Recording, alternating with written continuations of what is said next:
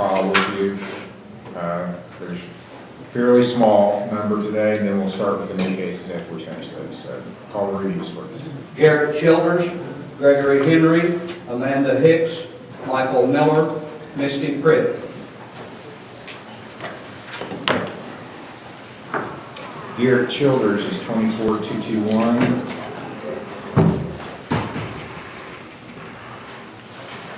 You're Garrett? No. Garrett Childers, not here.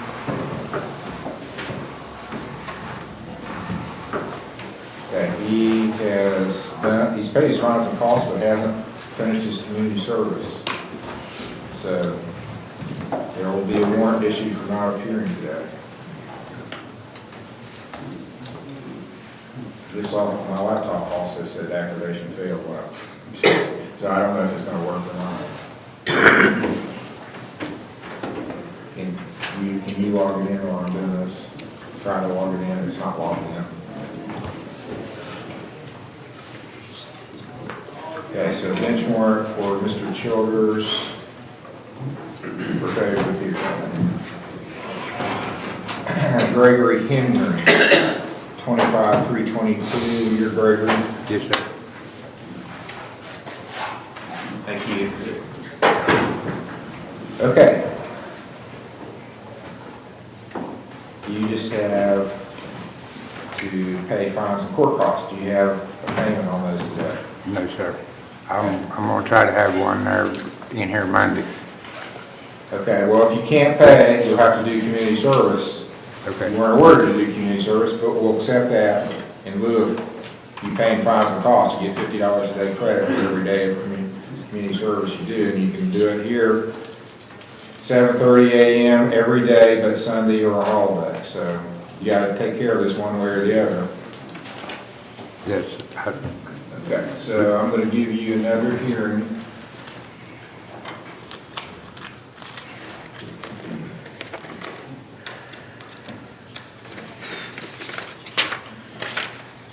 Are you working?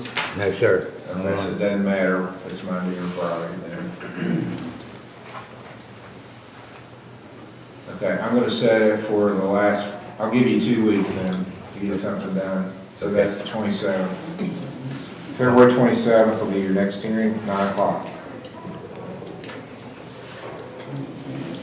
Thank you, Your Honor. You are. Amanda Hicks is here. Case numbers are 12, 1804, 12, 456. And you're almost finished. Yep, finally. Are you paying anything today?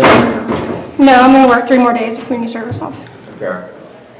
So you're still working at I got a new job at St. Mary's. Oh, great. Yeah. What are you doing there? Right now I'm doing clinical transport. All right. Well, hopefully I don't see you there. It's just like I tell people, when they finish up their cases here, I say, you can always come back and visit. Right. I feel the same way about the hospital. Right. I really don't want to go and visit. Sometimes I might have to come there, but I don't really want to. So, I understand. okay. I'll give you another month or so, and then if you get it finished, you don't have to be here. Okay. Let's make it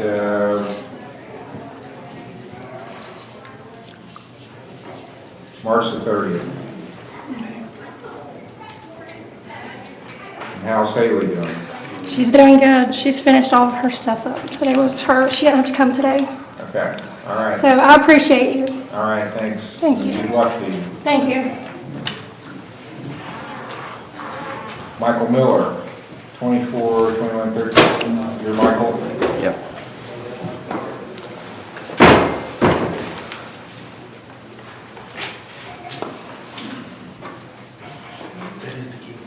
Oh, yes. Okay, so you got a report from me.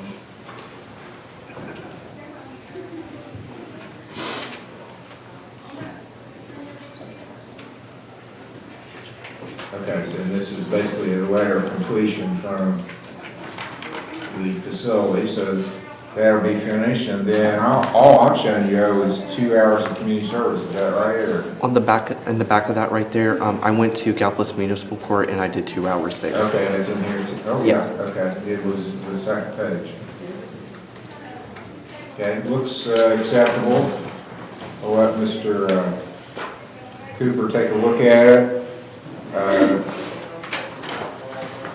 Here's the way I do this. I'm going to give you another date, but if he accepts it, then you don't have to come back because you'll be finished.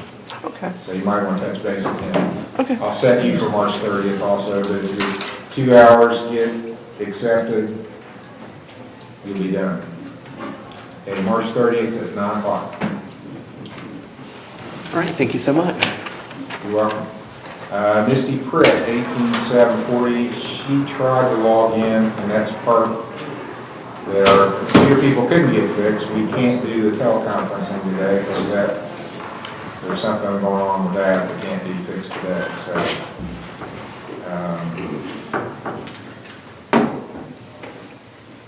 she says, she called the clerk and told them that she was paying online and paying off the balance.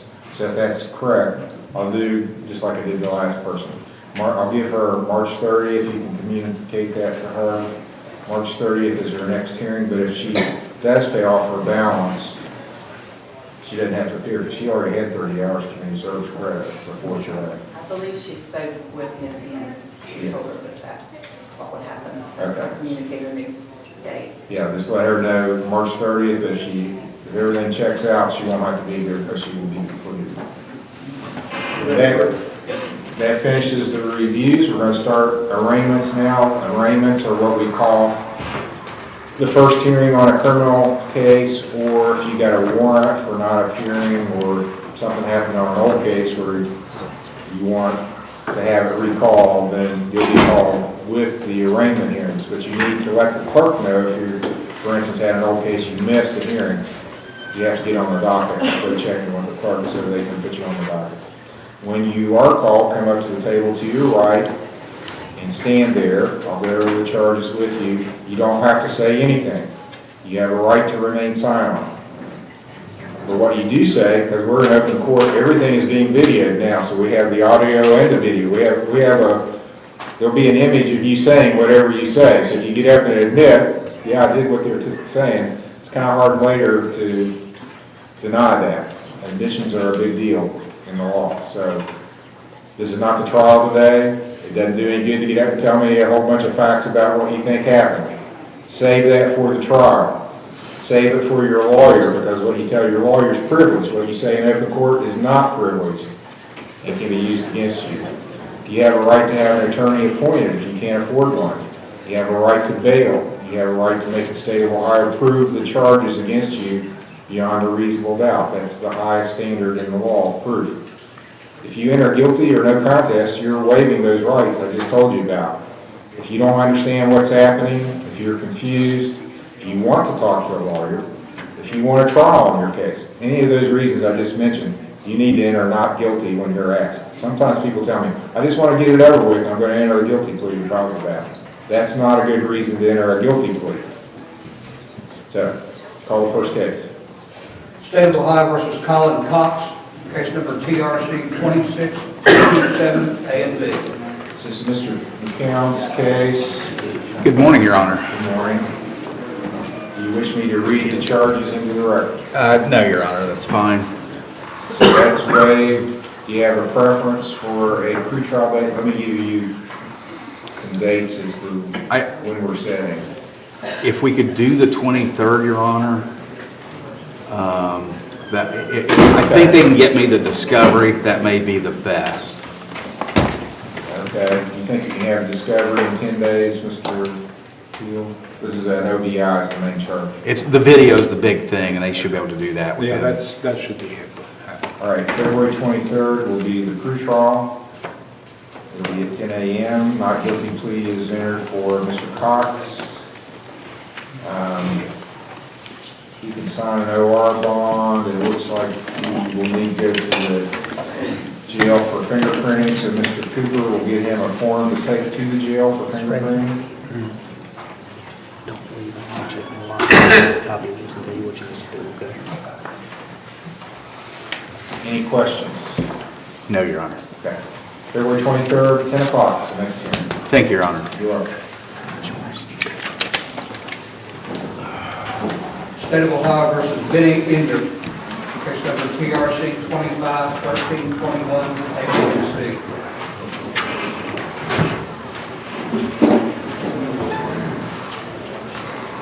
And you are Benny Inyard? Yes, sir. Mr. Inyard, it's, looks like it's alleged that you missed a hearing on January 26th for a review on an ODI. Yes, sir. Do you admit or deny that? I admit. Do you have an explanation for missing? My kid's been out of school and I've been working evenings. It's my fault. I should have checked in. I should have made sure I was here. Okay.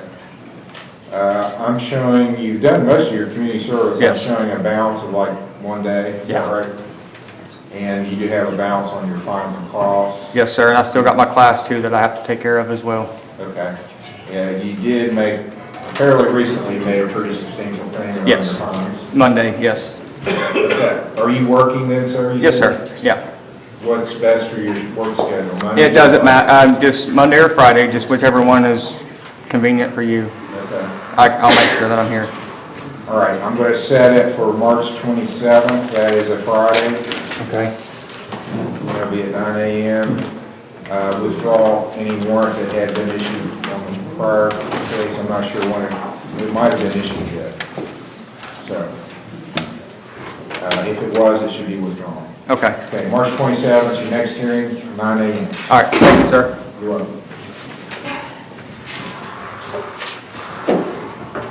State of Ohio versus Deanna Fry, case number CRA 2623.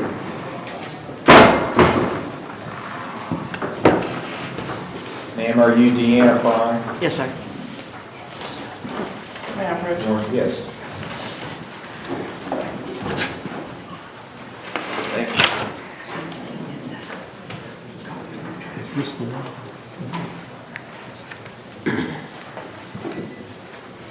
So she's in the QRT deflection program. Yes, Your Honor. If it would be okay with the court, she's done extremely well. She continues to do extremely well with both deflection and hope source.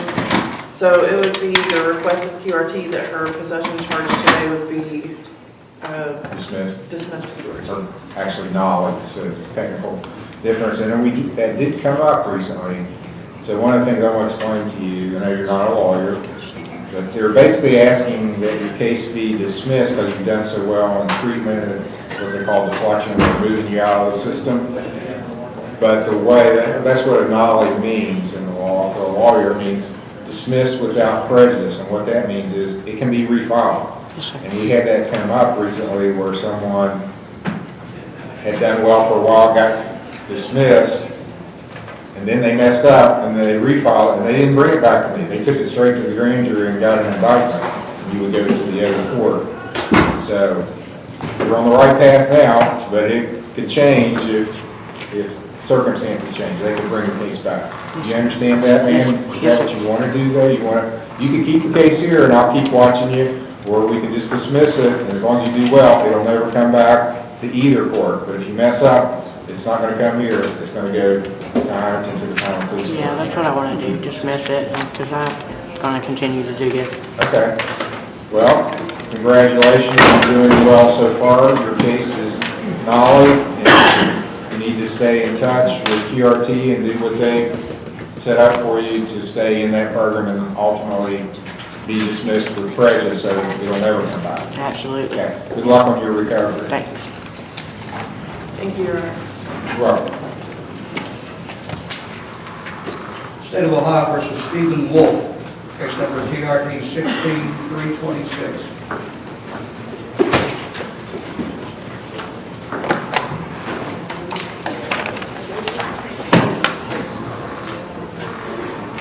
This was a case that was set for review on the 3rd, and that was probably one of our first weather days. It looks like he's in treatment and just for today recovery. I got a report from them.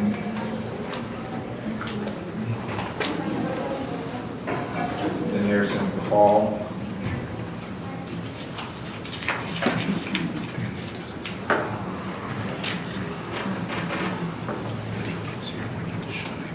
It's a good report.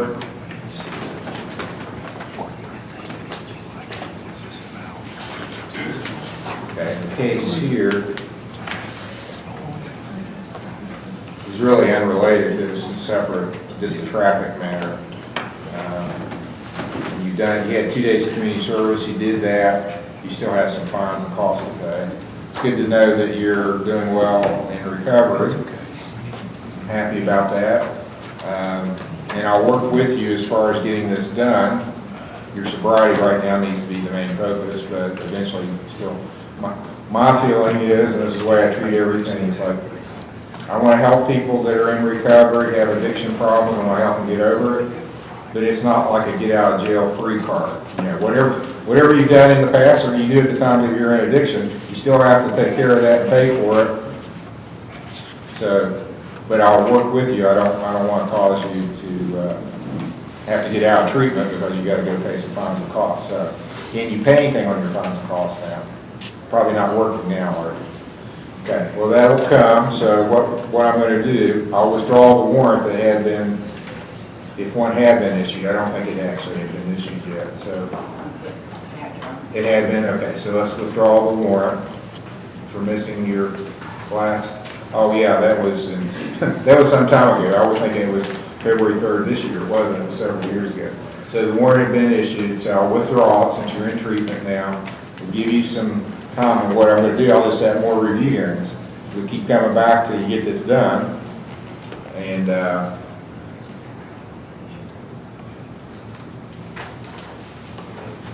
okay, so let's go to, do you have a time frame when you're going to get finished? Have they given you a time frame? No, it's all progress-based, Your Honor. Okay. All right, let's go a little more than a month out. Let's make it March 20th will be your next hearing here. March 20th at 9 o'clock. Thank you for bringing him today. Your Honor, is it possible to do community service for the fines? Yes, he can. All right. So when he's eligible to get out and do some community service, he can come here any day, that's Sunday or a holiday, at 7:30 and get a day of community service done right here. Thank you, Your Honor. Okay. I can do that. Any other questions? No, I can do that as soon as possible. Okay, good. All right. March 20th is your next hearing. All right. Good luck. Your Honor, Yes. on that case prior to this one, Deanna Fry, Yeah. if there was a warrant that was out for her, we'd like to have that withdrawn. I don't know whether there's something that needs to be done. I have a note to do that, Your Honor. Okay. Thank you. Ms. Bledsoe is on top of it, as she always is. State of Ohio versus Landon Yankee, case number TRC 26246, A, B, and C.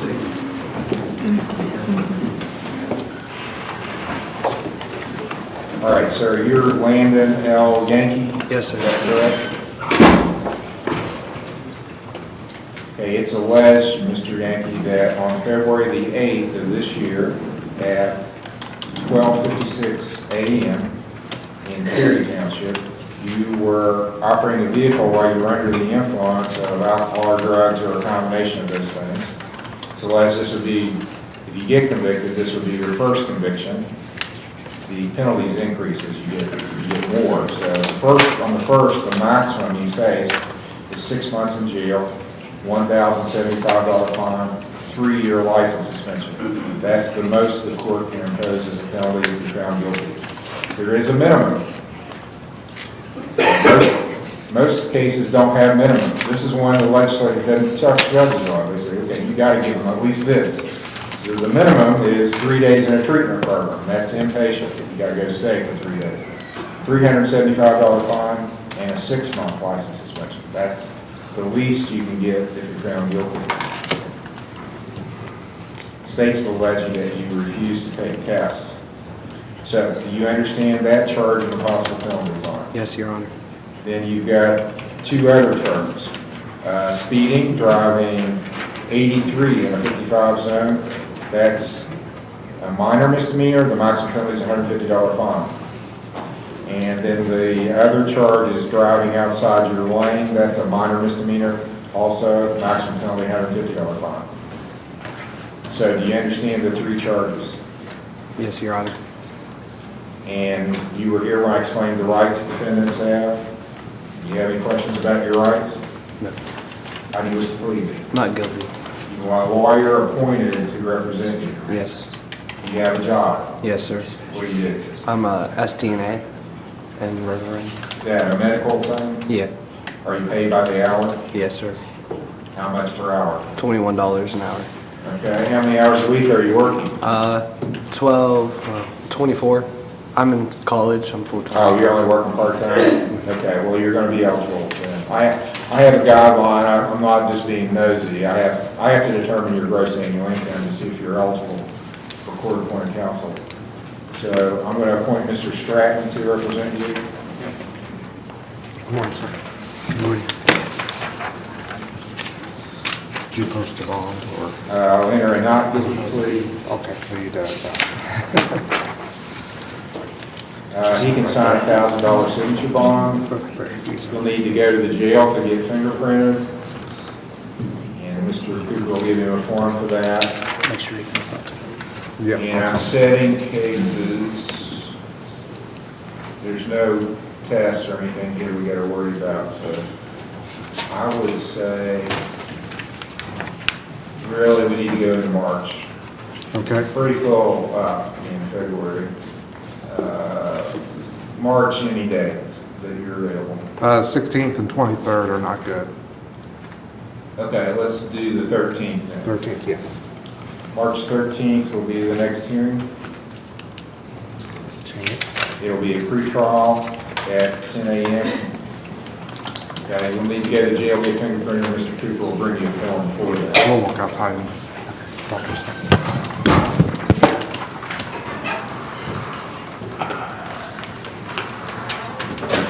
Your Honor, that's all the arrangements we have. We're going to start pre-trials. Okay, we're gonna start pretrials. I take it there may be some more rings. If you were told to be here for your first hearing today, don't leave, because if they just bring the paperwork in and file it this morning, it's still being processed and they don't have it ready to do the hearing. We will get to, we're gonna go to some older cases, we'll come back to the arraignments when the paperwork's processed and ready to go. State of Ohio versus Daniel Harless, case number CRB 25652. This is Mr. Smith's case. This was my notes were 90 days with costs. The costs have not been paid. Okay, that was my question, if costs have been paid, he didn't have to show up, but I don't know why I he's don't not. have any notes Okay, that costs have been paid. is it possible we could go out, and I'll try to call and find out why he hasn't paid those. So you're asking for continuance? I am, Judge, given it's, I hate to say warrant issue, it's supposed to be dismissed, but March 6th? yes, Judge, that's a good date. March the 6th at the defendant's request. And if he pays before March 6th, Judge, he's He still... doesn't have to appear. Okay, perfect. I'll find out why he's not here.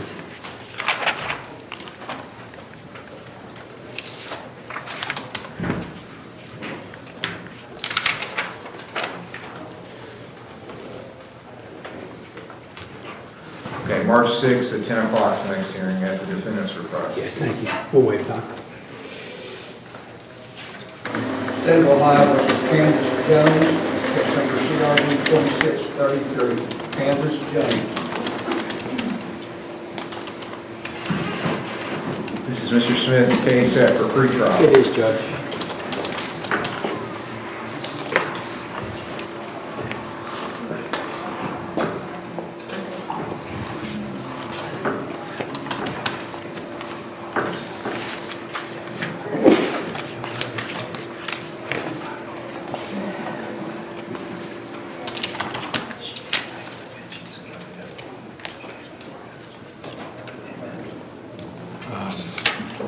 Well, I'm gonna check and make sure I've sent somebody out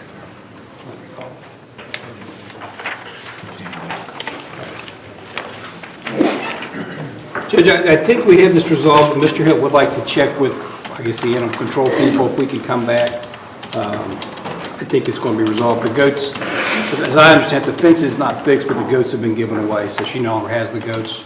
I let my cousin have them because he has a big farm and I couldn't get the fence fixed. I could have, but it was gonna cost thousands. Wasn't able to do that, but they are gone. And what we're thinking, Judge, if the state could confirm that, it'd be reduced to a minor misdemeanor with fine and costs, which we're okay with, if the court's okay with that, assuming. Do you want to use that March 6th date again? We could, Judge. Okay, March 6th will be the next hearing after things request. March 6th at 10. Yeah, it should be done.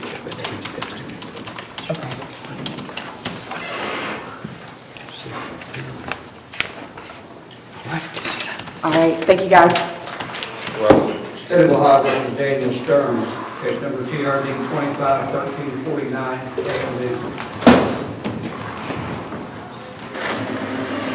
Smith's case. Judge, I filed discovery on Monday. I do have it back now. I've just not had a chance to look at it with Mr. Stern because it just came back. And I'm here the 2nd, the 6th, 13th. Okay, let's keep the 6th, Okay. March 6th. I've got receipts for where I paid my tickets and got my license reinstated and all. I'll get you, bring those in. March 6th. March 6th will be pre-trial, next pre-trial, 10 o'clock. I'll get you. I'll get to the bottom of this.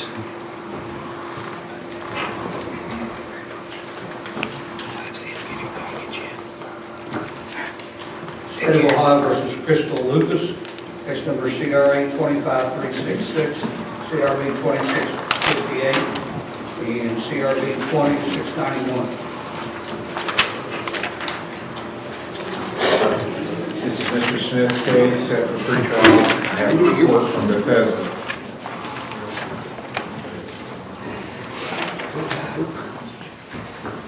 You were sick last time or something hospital.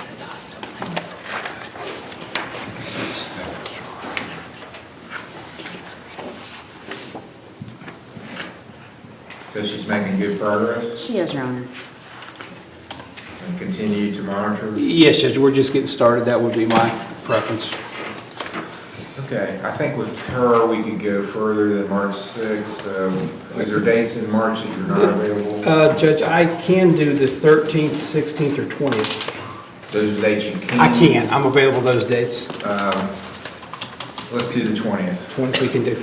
March 20th will be Ms. Lucas's next hearing. Thank you, Your Honor. Thank you. And she's got several different cases, including an OVI, so we'll want to have conclusions to those in some way, or at least a decision about how they want to conclude. Plea or trial? I will speak to you about that. One of Judge. them's a felony. Yeah, So, but this is only the second time I've seen it. We will talk about that before the March 20th date. March 20th is the next hearing for everything she has before the court. State of Ohio versus Amber Smith, case number CRA 24773, CRB 24774, CRB 22430.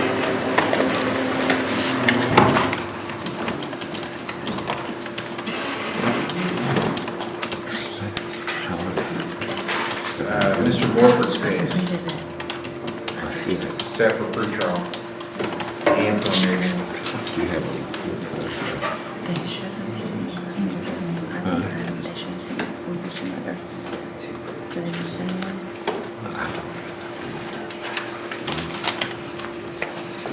I didn't bring the letter sheet. I've got two separate.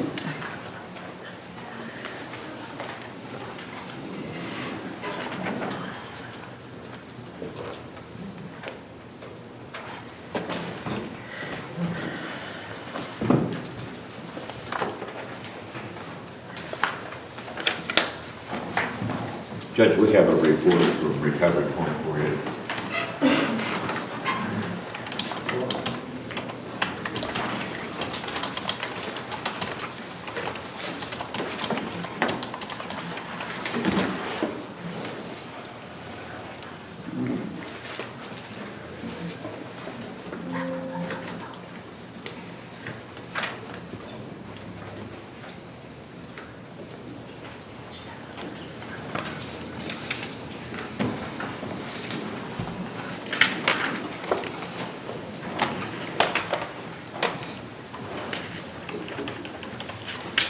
plan now. She's finished at recovery point. I'm at a sober living. Go ahead and tell. Your Honor, I am at a sober living called PAC in Dunbar. It's a 6-month treatment. I had an interview yesterday, got a job at the Red Roof Inn. I start March 2nd. Where are you going to be working? Red Roof Inn. Oh, okay. Yeah. Okay, well, congratulations. Thank you. What's the state's position on this? Is there enough here that you want to dismiss, or you want to keep following her for a while? She does have, there is a older,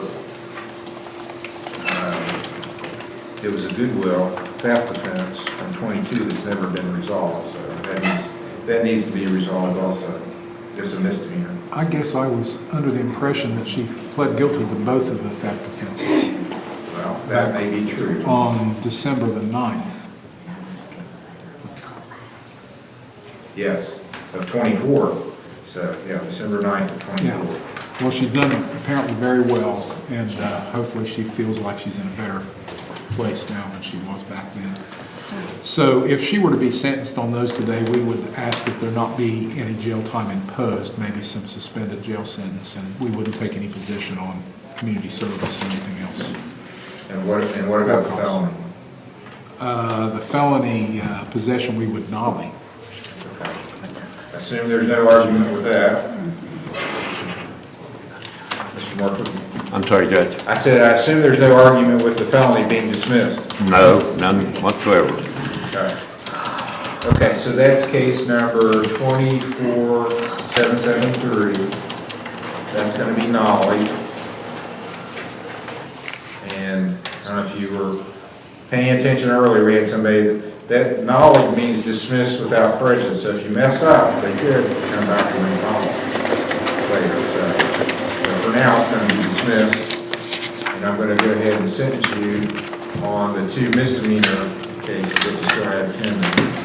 And you have a right to make a statement to the court if you want to about these cases. Do you have anything you want to tell me about them before I sentence you? Now's the time. You don't have to, but it's a right. It has a fancy name, allocution. You have a right to make allocution to the court. If you want to tell me something that you think I need to know. I'm sorry that I've made a mistake for what I did.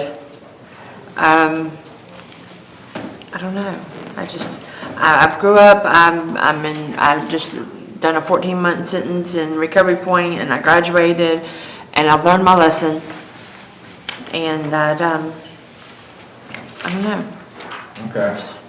Thank you. So, and you, when this all happened, you had a hurricane address? Yes. Where are you going to be living now? Dunbar. Okay. Are you from Kanawha County originally, or? I'm from Putnam. In between Cabell and Kanawha. Okay, so the earlier case was the one involving Goodwill. Let me see what the affidavit said.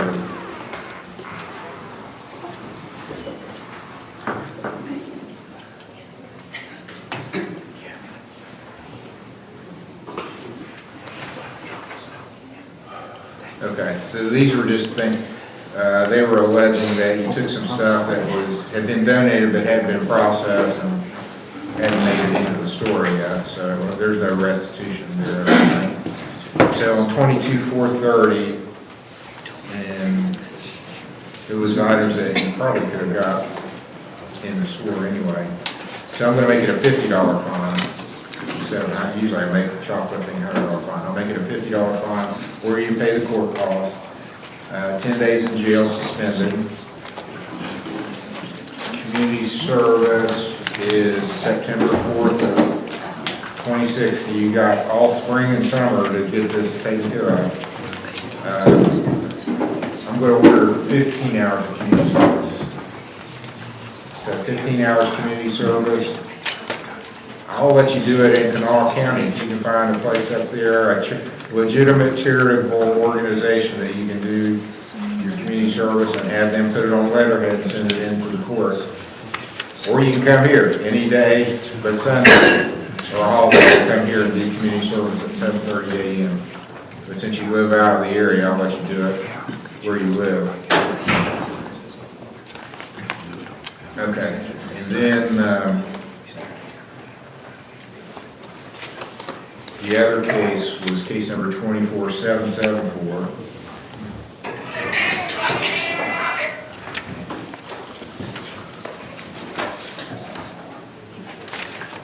And that was a Walmart shoplifting. You read the affidavit on that.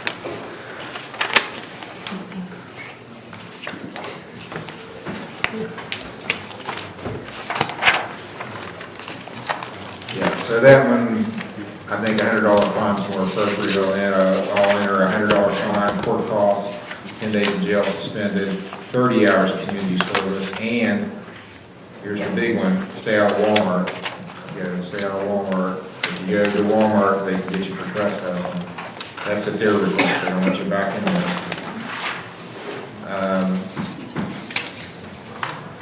Review hearing the same day, September 4th, 26th. So you've got 45 hours of community service to do. You can do that in your home area. You'll need to go check in on probation with Mr. Major. Do you have any questions, ma'am? No, sir. Okay. Congratulations on your sobriety. Thank you. That's great. Just a word of caution. Just because you're made at this point, you're clean right now, you still have to keep working at it. Because people often relapse after a year or so of being clean, and that's the most dangerous time. You relapse now, because what you were taking, you don't have the same tolerance now as you did before, and what's out in the community changes over time. It's different stuff. Yes. And people die because they relapse and try to take the same amount they were taking before, and it kills them. So it's dangerous. It's very dangerous out there. Stay clean. Thank Keep you. working at it. September 4th of this year is your review hearing. Thank you, Judge. Thank You're you. welcome. State of Ohio versus Dora Adkins, case number PRC 26-5, A, B, and C.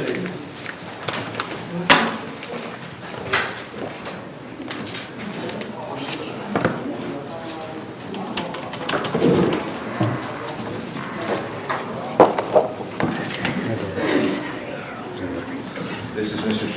Stratton's case set for pretrial.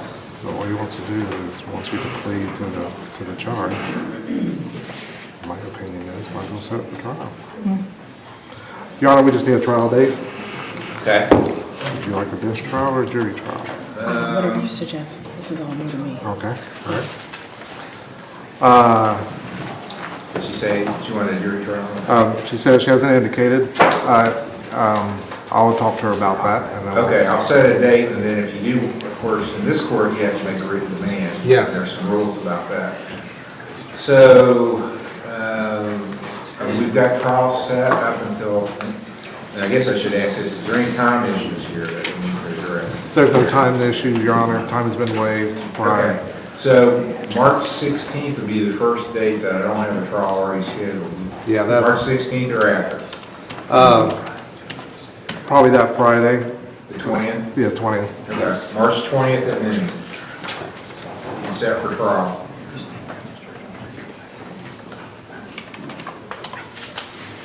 Come 12 p.m. It's 27. Okay. You want me here at 9 or 10? 10.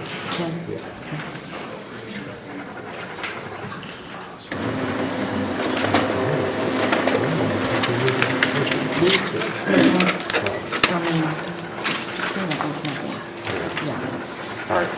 Is that good? Thank you.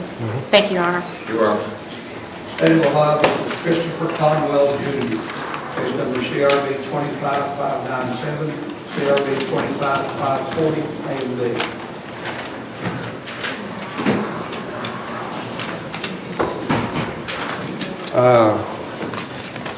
As you get, well, let you read the report there. Got a report. I put two new job applications in. I did Yeah, perfect. okay, report. Working at Walmart. from PATH? Okay. Hard, it's in, at night's on after Wendy's. Okay.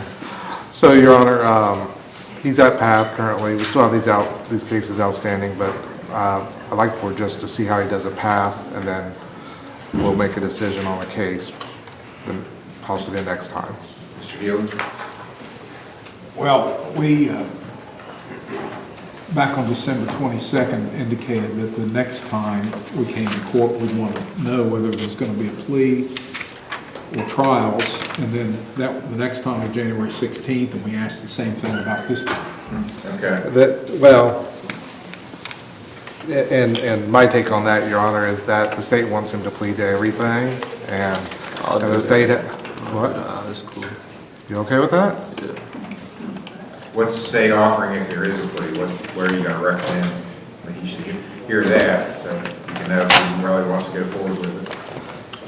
State hasn't given an offer to me. Sure, I did even today. No, you did not. Okay, so number Well, one. we said it on the record, and then we'll. Number one, the number one thing is that he's doing well at PATH and doing what they want him to do, and that he's accomplishing things there. The offer then is to, if he would plead to all the charges, 60 days in jail suspended, and continue to follow the PATH recommendations and be on probation, starting out with 2 years, and no contact orders for the various people that were affected. You okay with that? Yes, sir. And hopefully this continues to do well. Mr. Stratton? Your Honor, he wants to plead. He'll plead to all 3 charges, plead guilty, and I ask that you follow that recommendation. Okay. So that's case numbers 25-540 A and B and 25-597 are the case numbers involved. And Mr. Conwell, you have a right to make a statement to the court. Do you have anything you want to say before I? Just thank you for everything y'all done for me, for real. Like, I did need help a lot. I appreciate it. Okay. Are they helping you at PATH, or Yeah. are you getting a good? Yeah. Is that a good place to go? Yeah. Okay. It's good for me to know because I have to refer people trying to find a place where they can get some help and feel like it is helping. Yeah. Okay. So there are probably going to be more people after you that may need that service, and it's good to get feedback as to whether you think they're helpful. Yeah, we've had 2 or 3 of my clients there, Your Honor, and they've been far better getting reports than they have in the past, so. Okay. Okay, so let's start with 540A, which is a menacing charge. And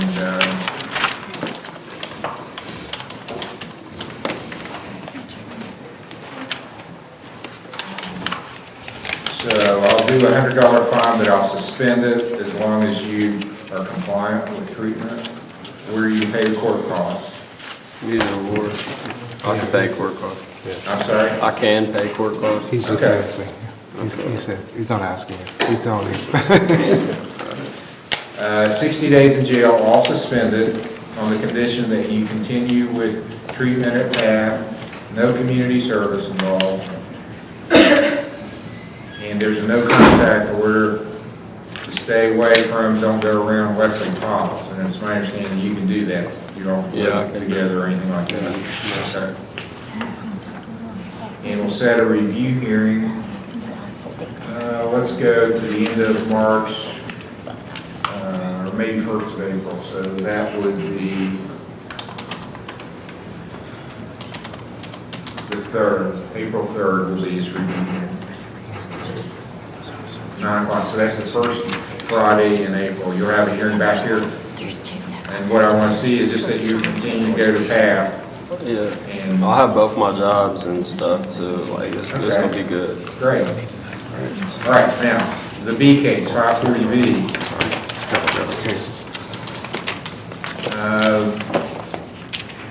Okay, on that one,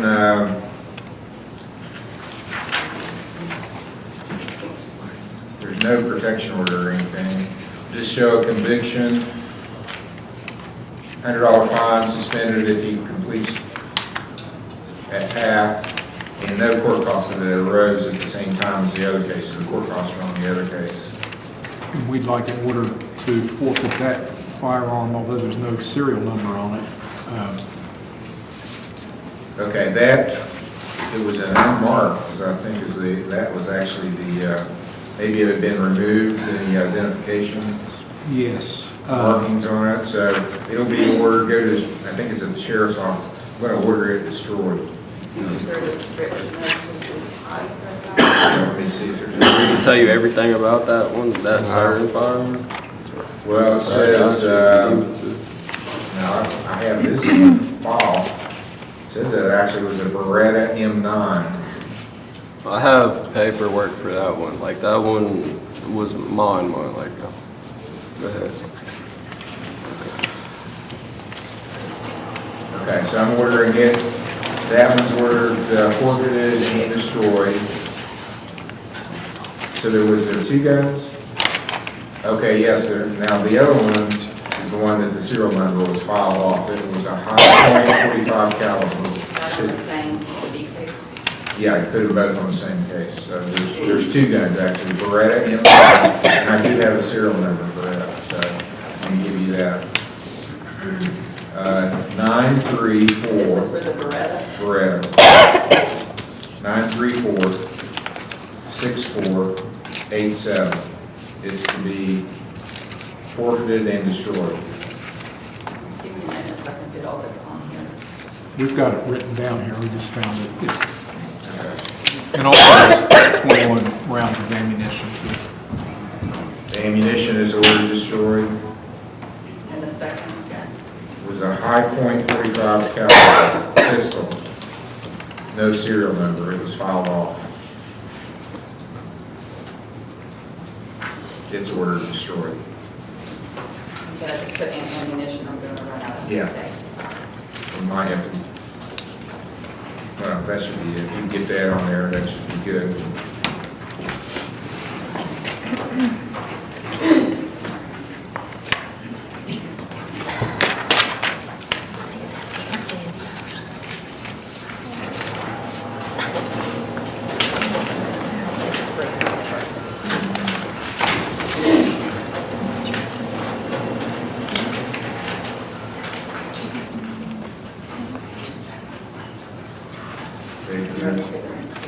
$25,597. Okay, that was a menacing, $100 fine, suspended if he completes half, ordered to pay court costs.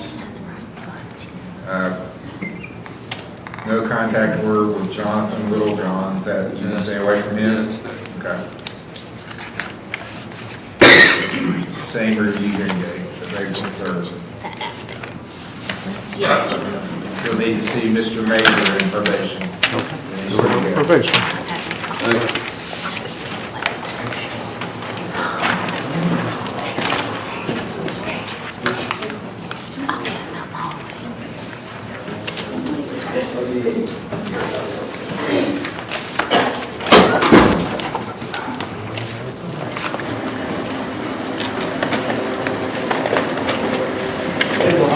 Toby Mullins, case number TRC 252792A and B, TRC 252776, and CRB 2666A and B. Morning, Your Honor. Morning.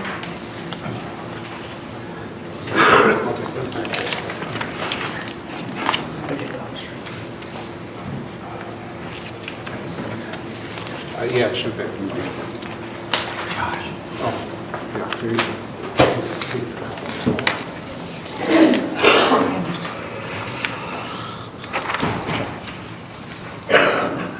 Yeah, give it to him. It's Mr. Stratton's case, and I have a report from RRS.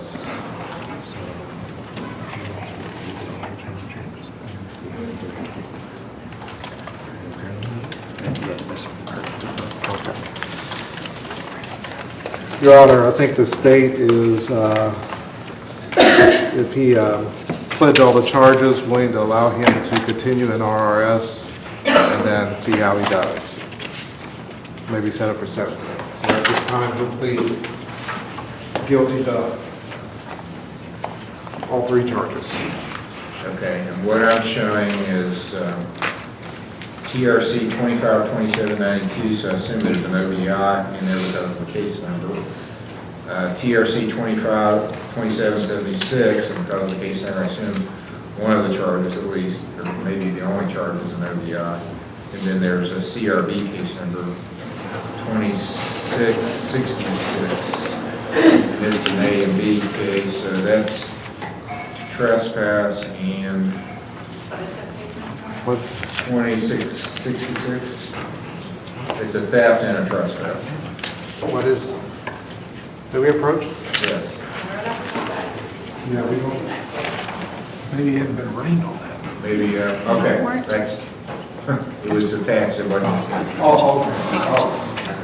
Your He Honor, only has 2 ODIs. the first one's an OVUAC. He tested .039 on that, but then shortly after that, see, that happened on October the 30th, and then right after that, on January 31st, he got, I'm sorry, on November 1st, he got the OVI. So that's the reason why we want him to go to treatment. And so if he pleads to both of those together, we want to see how he does in treatment for a while. Okay. And that's what we're doing today. And you're agreeable with that? Yes. All right, so Mr. Mullins, your attorney, is telling the court that you're changing your plea to guilty and admitting that these charges are true, but you're going to go to treatment and you're asking the court to delay sentencing to see how you do. Do you agree with that, sir? I do agree with that, Your Honor. All right, so that's what we're going to do. We're going to mark you down as a guilty plea today on both sets of charges. But I'm going to not sentence you. I'm going to let you continue with your treatment. Of course, the better you do in your treatment, the better I can do or will do in your sentencing. So you've got some incentive there to do well. So far, it looks like you're doing well already. So let's continue that. Come back in roughly a month or so for first sentencing hearing. Yes, Your Honor. So I think I just said, did I set something for the 20th? Yes, that'll work. The 20th? Yeah. March 20th will be your next hearing. It'll be a sentencing March at 20th. 10 o'clock. Okay. You're good. Thank you, Your Honor. You are welcome.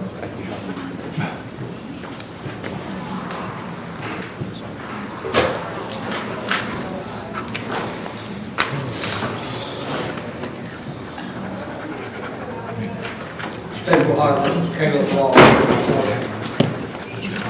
Case number CRB 2666 A and B.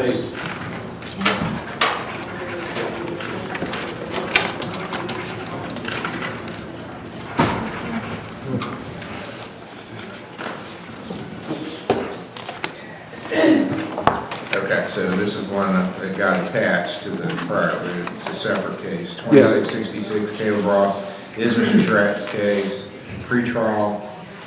My understanding was he was released to Southern Hope. Nobody here from Southern Hope. I wonder if he's still there. Your Honor, I believe Mr. Major has a report on Mr. Ross. Okay, you want to try to get that? We'll go on some other cases while we're waiting on getting it. Okay. Okay, we have some people in the back we'll call. State of Ohio versus Ethan Anderson, case number CRA 24706. Ethan Anderson.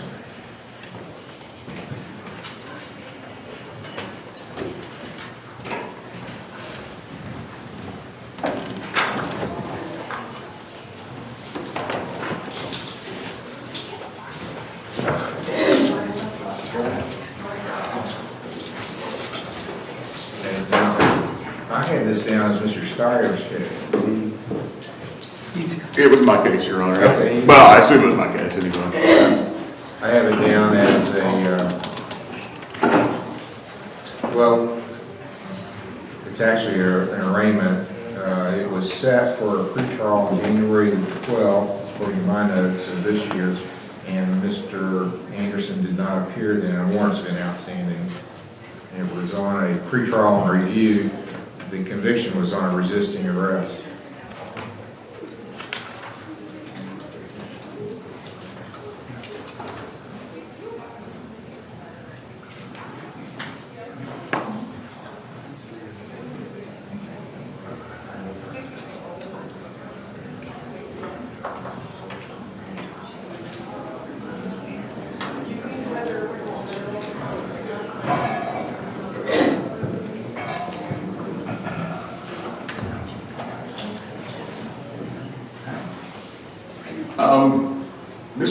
saying he spoke to Mr.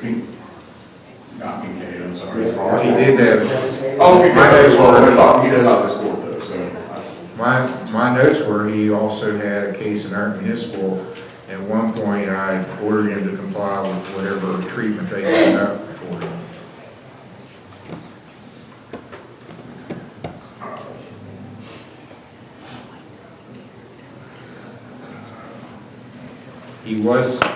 I did have a report previously from United Family Recovery, but that's been a while. He advises him he's no longer with United Family Recovery. He's now working with a new, which is here in Chesapeake, I believe. I don't believe they sent anybody to the court. I don't know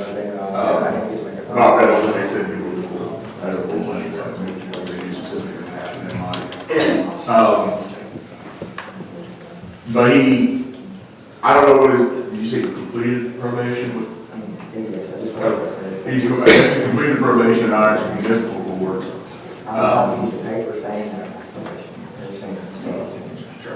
You saying he's where? So I'm not sure what we want to do with this at this point, Your Honor. He's still, how long have you been there? Last night. So he was arrested yesterday. And he just had a child in mind. he just had what? Oh, I think he just had child born a few days ago. Well, this was a resisting arrest conviction. He had fines and court costs to pay. And I believe he was ordered to comply with treatment that our municipal set up for him. So I did have one report from United Family Recovery. He wasn't finished then. And then he missed the hearing. So I don't have anything showing these finished treatment or compliant with treatment, and he hasn't paid fines and costs. He says he's able to make a payment today to be released. Go ahead.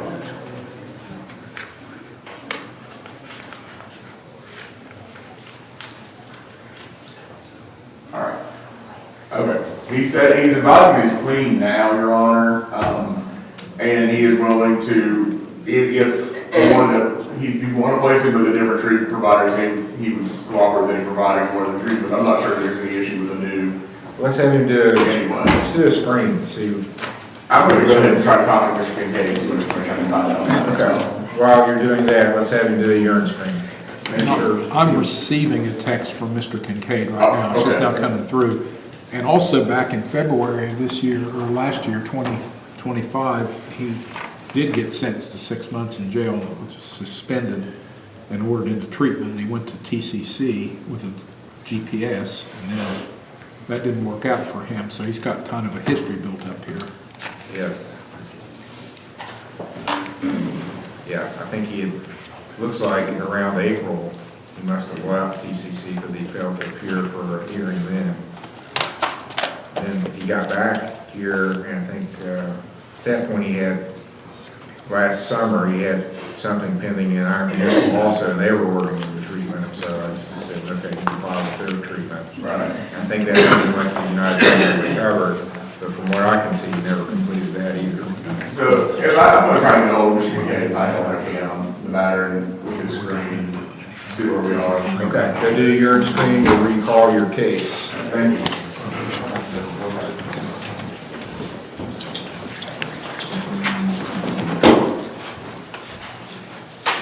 State of Ohio versus Deborah Federoff, case number CRA 25-328.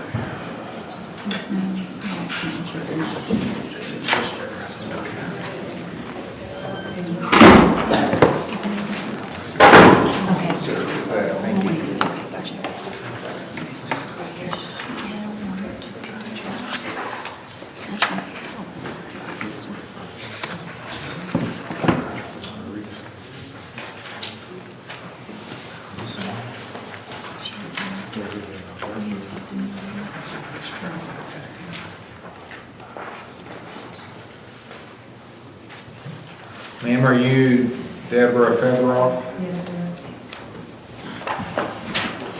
sir. Before we talk about the charges you're facing, let me go over your rights with you so you understand them. You probably heard this before. It's called the Miranda warnings. You have the right to remain silent. You don't have to say anything.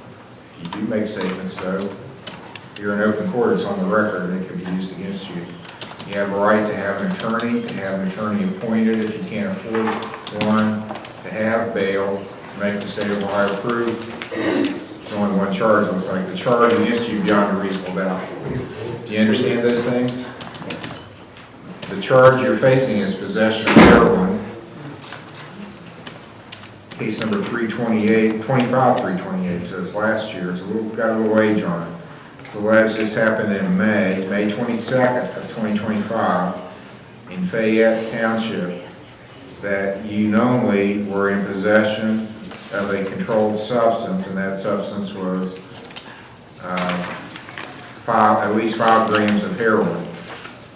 That's a felony of the 3rd degree. Carries a maximum penalty of 5 years in jail and an $8,000 fine.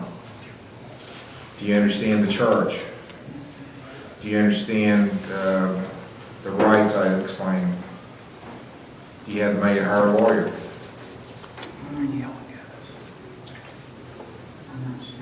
Do you have a job?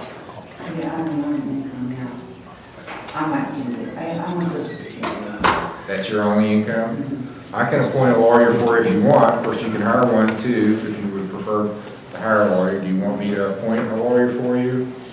Okay. I'll appoint Mr. Smith to represent you. When did you come into our jail, ma'am? Monday. What happened was, you said, I didn't have a ticket or a court date when you said. Okay, I was going to say, just don't talk about the case, but I'll be right there.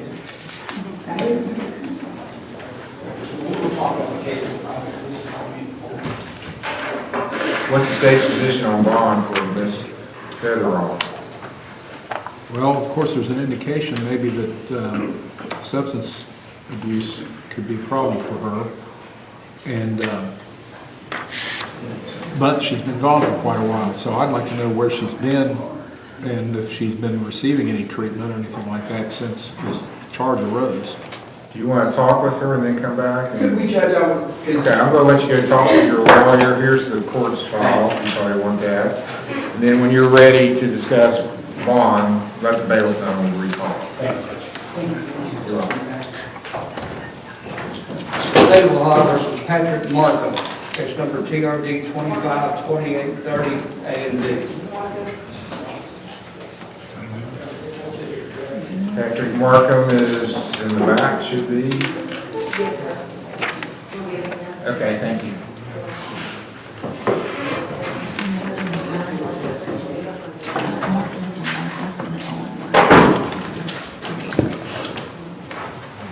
So are you Patrick Markham? Yes, sir.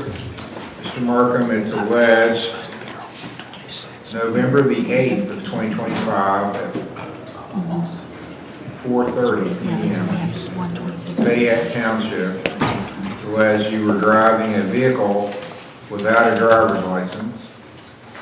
That is an unclassified misdemeanor. Carries a maximum penalty of 500 hours of community service and a $1,000 fine. And it's alleged you were not wearing a safety belt. So that's a mandatory $30 fine if you're found guilty of that. And it looks like people are sitting out there might be thinking, why is he in jail? It's a non-jailable offense. Well, it's alleged that you were supposed to come to traffic court on November 25th at 4 p.m. and that you failed to appear and got a capious for not showing up. So that's why you're in custody. You understand the charges against you. You have a right to remain silent. You don't have to say anything. If you do make statements, it's on the record. You have a right. I can't appoint a lawyer for you because you're not facing deprivation of your liberty, although you're in an orange jumpsuit right now. That's for not appearing. It's not over the charges. But you can hire a lawyer if you want. You have a right to have a lawyer, but I just can't appoint one on this charge. And to have bail and to make the state prove these charges beyond a reasonable doubt. You understand those things? How do you want to plead to this charge of no operators and not wearing a safety belt? looks like there was some kind of crash. I've got a crash report in the file. Those kids that died, they had, still don't have one, and we always thought, on rear. Okay. And I actually, the ticket, the building, I don't know if it was a ticket, I have all that information for the, their insurance, where they're supposed to pay for your car. Okay. Did they? Yeah. Okay, so that was taken care of. So actually, you were not at fault. It looks like I've got a diagram, and it does look like it was a rear end collision, which a lot of those happen on 52. It's getting worse. Okay, well, sorry you were confused, wound up going to jail. How long you been in jail now? Since Monday night, I just got off work and they got me a seat, I said, no, I'm still gonna work here now. State take any position on this? No, Your Honor. Okay, well, that's a pretty tough lesson to learn, so I'm not even gonna give you a fine on this. What about your driver's license? Because of child support, there's still suspended, but I usually, drug work and stuff. I was actually, when somebody's taking me home. Okay. So slang. I'll just order you, since you got all this jail time, I'll order you to pay the court costs. There is a mandatory $30 fine on not wearing a safety belt, so I'll impose that. On the operator's license, I won't give you a fine, I'll just order you to pay court costs total. Give you a review hearing September the 4th, and make it level 5 probation, 2 years. So if you pay this, the only way you can wind up going to jail again is if I can't put you in jail for not paying, but I can put you in jail for missing hearings. So if you don't pay it and don't come to your hearing, then you can get a warrant for not showing up. So just take care of it. You got all spring and summer till almost fall starts before you have to pay it. I work in Marshall,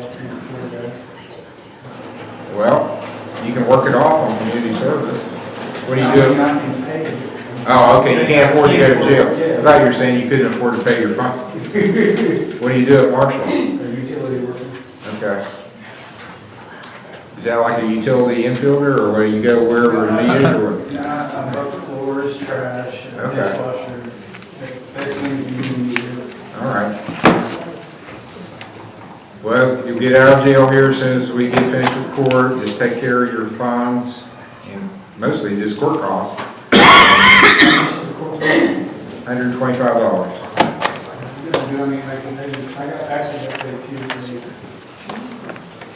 Nothing's going to happen bad until September the 4th. If you haven't paid it by then, and just blow it off, then bad stuff's going to start happening.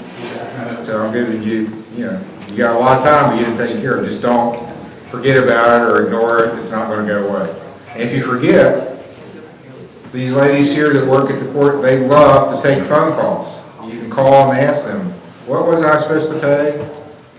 Or, I know you got a smartphone. Everybody has a smartphone, right? I ask this all the time. I haven't had one person yet say, no, I don't have a smartphone. You can go on Google, put the name of the court in, the website shows up, put your name in, and it'll show you your case and what you owe. Okay, so no excuses. Okay. Take care of business. September 4th. Good luck.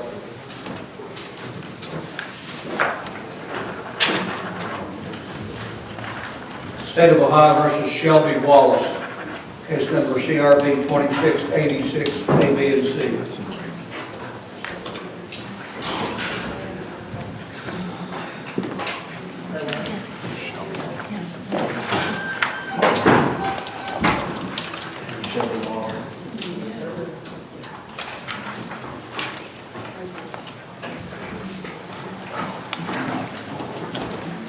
Okay, there's 3 charges here. It's under case number 2686, A, B, and C. Are you Shelby Wallace?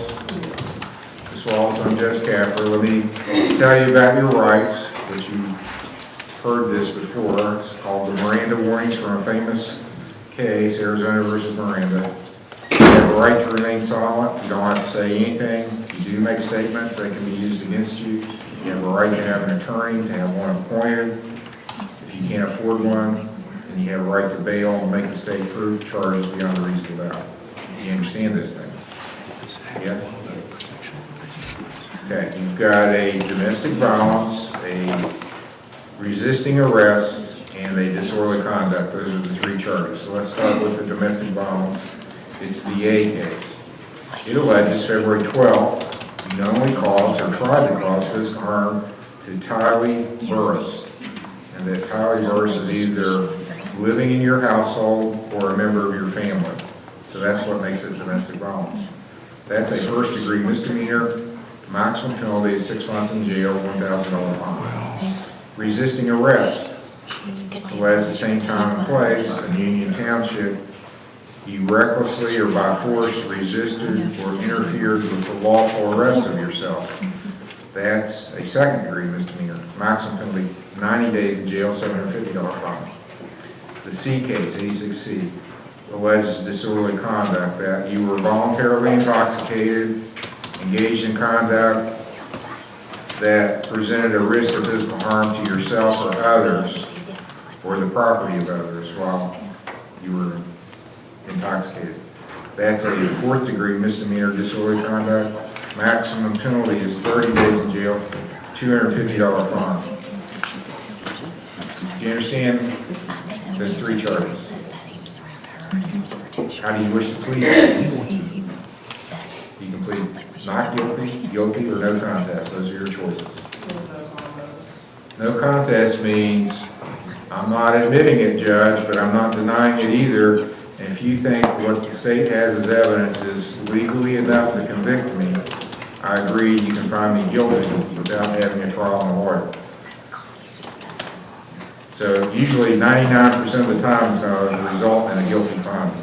So if you don't feel like you're guilty, you need to enter a not guilty plea.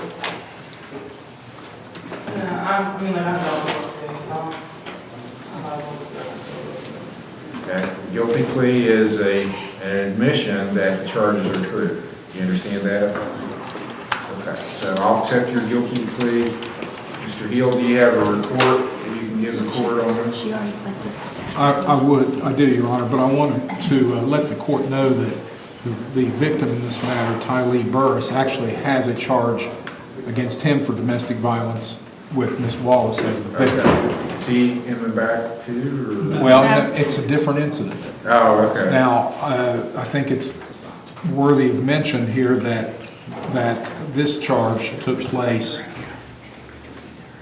on February 12th, and Mr. Burris had a temporary protection order to keep her away, but they were there consensually together. Does he have a date that he's coming back for another hearing? Yes, February 23rd. Do you want to wait and sentence her then? I would like that, and Your Honor, her family's here, and I haven't spoken with them, but my assistants have, and they say that she's got alcohol issues that need to be addressed. Okay. So what we would suggest is that if she's willing to be assessed to go to some treatment, that we would be okay with her getting out on an OR bond. And it might be, depending on Mr. Burris's position on this, and we might need a special prosecutor.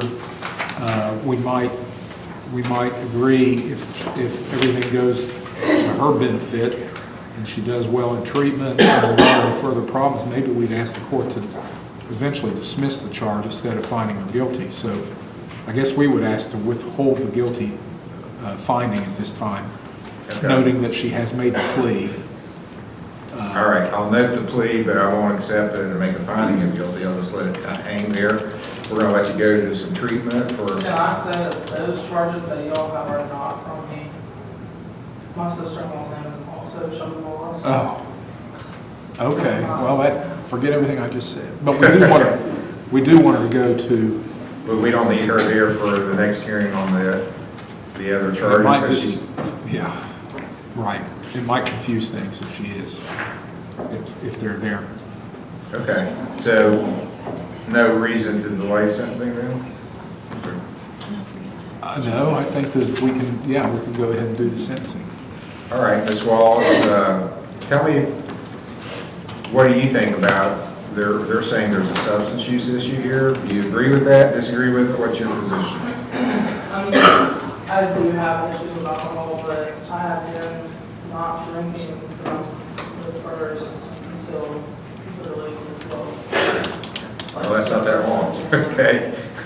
So, sounds like we still need to address it. Have you ever had treatment for substance use issues before? No. How do you pay for medical services?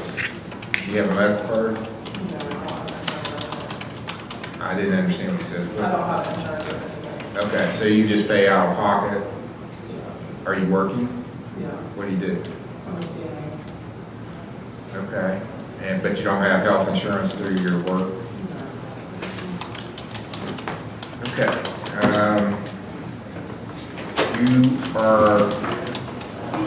You live, where's Township Road 1208?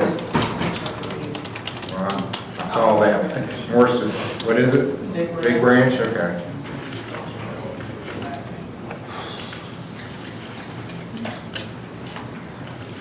Do you have children? I'm thinking RRS because she's close. Okay, so I'm going to refer you to RRS. They're right here in Chesapeake. And I want you to go there, get assessed, get some treatment. And I'm going to make that a part of your order. Is there any other issues other than alcohol in our community? There's a whole lot of other stuff floating around. She's not on drugs at all. She's never been on drugs. Okay. But he lives in the house with her father, and we're having a heck of a time getting him out. Okay. Come up here, ma'am. What's your name? You want me to come up there? Yeah. Talk to the prosecutor. Probably need to talk to the prosecutor. I'm Mom. I'm Sarah Wallace. What's your relationship to Shelby? I'm the mother of her. Her mother? Okay. Yes. The boyfriend, Tylee, ever since she's been with him, she's been a totally different person. She no longer speaks to my mother. She's lost a lot of friends. She had a job at St. Mary's. She lost her job. She also, she's just, we used to be super close. We are no longer super close. Her attitude, totally different. She used to be super respectful. She is no longer. As you can see, she has the look of, she's not the same person. She drinks on the daily. There's a lady that works at the liquor store, told me that she needs to get away from the boyfriend and that she needs some major help. A liquor store lady told me that. Okay. Mr. Hill, any? Well, that all sounds like there needs to be a lot of improvement now, and I hope that Ms. Wallace is accepting what the mother is saying in the right spirit, because I'm sure she's doing this out of concern. Now, you also mentioned something about Mr. Burris being in the home and you can't get rid of him. Her father has tried and tried and tried. He will not leave. So he's living at this Township Road 1208? Yes, it's a Lamar subdivision out Big Branch. Yes. Well, here's the problem that I have. Even though he's a defendant in another case, he's not a defendant in this case. I can order her to stay away from him, but I can't order him out of the house because he's not here before the court on this case. So does she have a place she can stay other than with him? Her? Yes. As long as she's not on the alcohol, she can come to my house. Okay. That's not where he is. Oh, no. So we want to have her assessment, whether she needs residential or outpatient, I guess that would be. Okay, well, maybe we can we get that done today? For outpatient, I can, not inpatient, but You can't do inpatient, right? You can do it. Okay. She needs to also work on issues, there's something behind it. There has to be something behind the alcohol. Well, there often is. Is there any prior mental health issues? I don't know, I mean, she doesn't talk to me, like, Well, you don't know of any prior mental health. She hasn't been treated as far as you know No. for mental health issues. And she is working? well, she was until this, I mean, she may have lost everything. This may be her rock bottom. Okay. This residence at 1208, is that a rental property? And it's her father's house. Okay. And where's he? Right. Oh, he's here. But he's the owner. Yes. Land contractor, yes. Okay. You can put Mr. Burris out because you're the owner of the property. You can have him evicted. Right, which is. But I can't because he's not here. He's a victim in this case. But you can file something to have him put out. Today, so we'll see. I'm sorry? He said he's leaving today. Okay. He should go ahead and get the eviction papers though, shouldn't he? Yeah, it wouldn't hurt to do that. Okay, I'm You can assess going it. to order Ms. Wallace that, I'm not going to go ahead, well, I guess I will go ahead and send you. The I'm lady going in to the order back to stay said- away from Tylee Burris. The lady in the back said that she could assess her. Yeah, well, I've got several that were willing to do it here, so.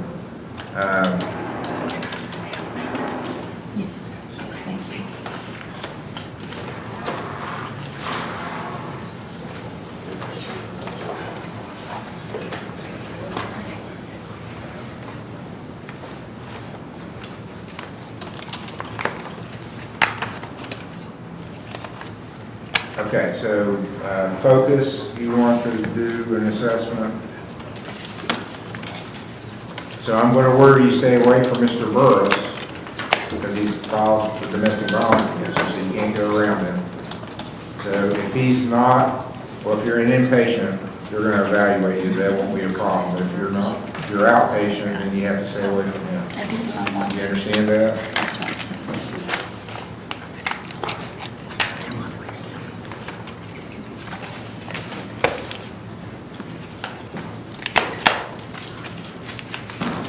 I think just as a matter of precaution,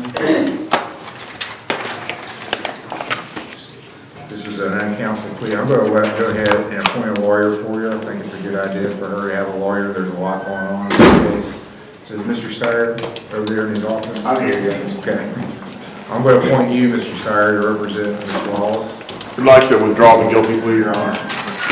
Okay. I'm still going to keep the same conditions on bond. Yeah. She's ordered to stay away from Mr. Burris, and I want her to have evaluated for treatment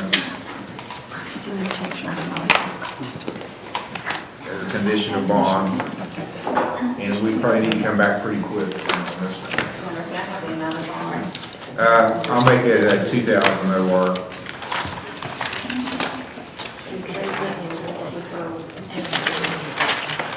Yes, and they're gonna do an assessment today, so we'll know before we leave today if she's going inpatient or outpatient. I'm here next Friday. 20th? Yes. Let's set it for then.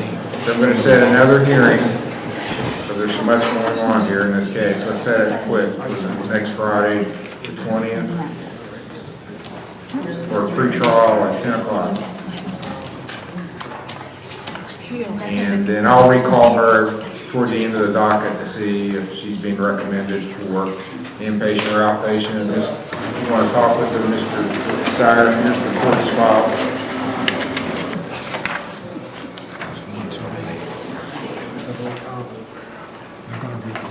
Who is,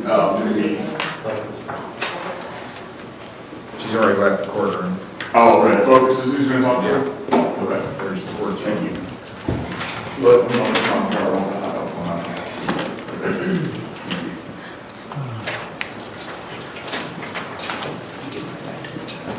State of Ohio versus Nathan Day, number CRA 2630.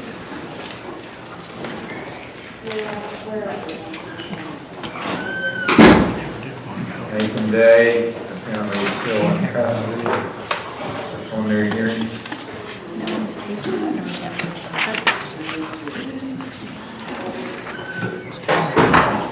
All right, Mr. Day, have you obtained a lawyer? No, not this. I got a lawyer for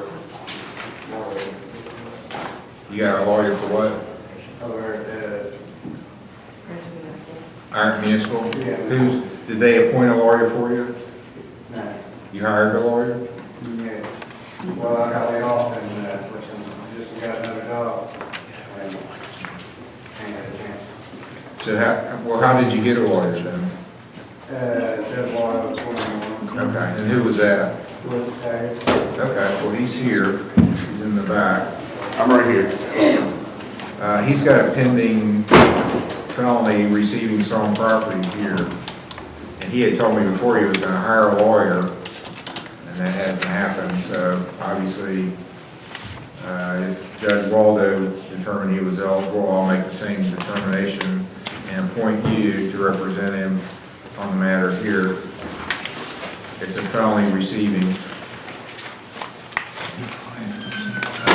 He was out on a signature bond. Do you have a holder from our municipal now, or?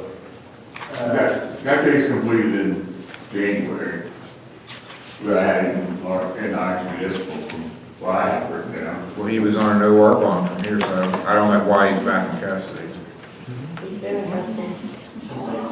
Yeah, because I think he got found in endangerment. Okay, you got it. Yeah. Yeah, the domestic offender, I think it was.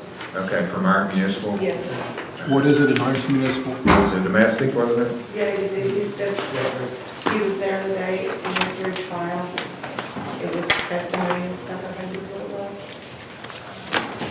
Apparently he's got a domestic and common pleas now. I mean, I guess I'm just trying to figure out why he's in jail today, because he got an OR bond from here, right? Yeah, but he got apparently a new domestic that was filed in Iron Municipal, and they got bound over the grand jury. Oh, okay. Maybe even indicted from the grand jury. I don't think well, there has been a grand jury since it's, but probably not based on it being that late in the month. It probably would be something that would go to this upcoming grand jury, would be my guess.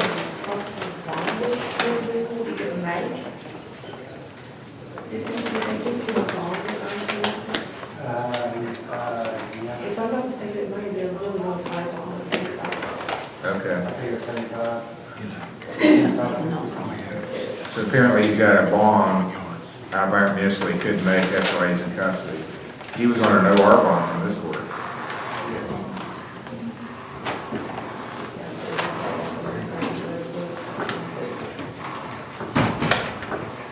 Okay, yeah, it is bound to the grand jury. That case has been bound to the grand jury. I'm seeing if I can figure out what the bond was. He says 75,000. But that doesn't sound unreasonable. I mean, I can't confirm or deny that. I'm just looking to see what's on here, so I'm You want to disnolly this to the grand jury? Yes, Your Honor. Okay, since that's the situation, the state's willing to nolly this to the grand jury. Any objection to that? No, Your Honor. Okay. Case here is nolly to the grand jury.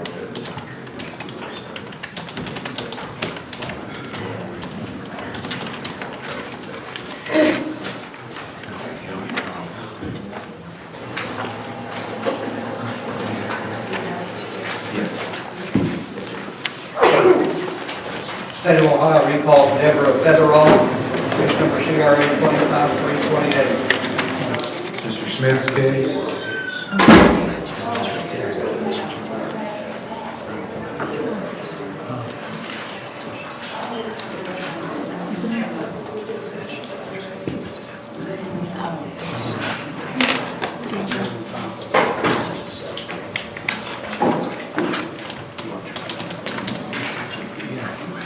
So here, I want to know, Because this is a new charge. Where's she been?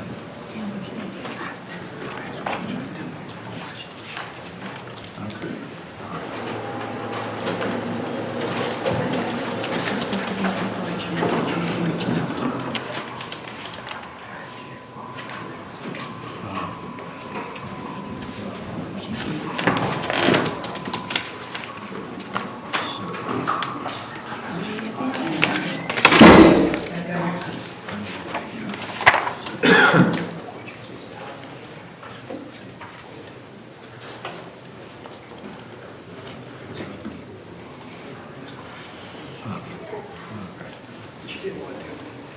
I got you.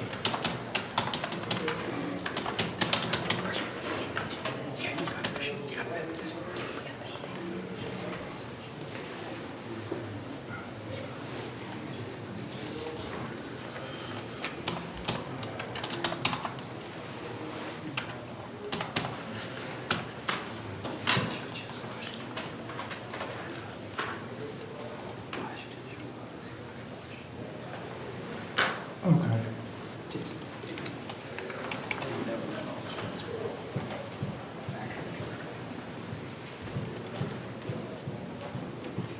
How do you wish to proceed? Judge, I spoke with Mr. Hill. She has assessed for residential treatment in her hometown. They can take her today. I can explain why she didn't show up, but I have to approach the bench to do that because there was a lag if you need that information. I've related to the prosecutor. If she's agreeable to go on treatment, Okay, perfect. Yes, Judge, she is. Do you have a bed today? Yes, yep, we can get her today.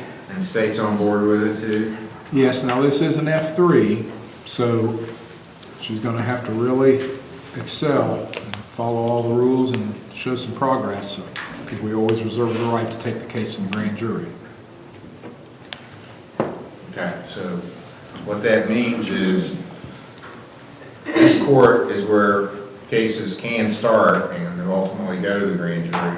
What they're saying is if you do really well, they won't even take you to the grand jury. You'll stay here. I'm going to review your treatment. But if you mess up or don't, or especially if you leave, we have people do that, they're going to take you to the grand jury.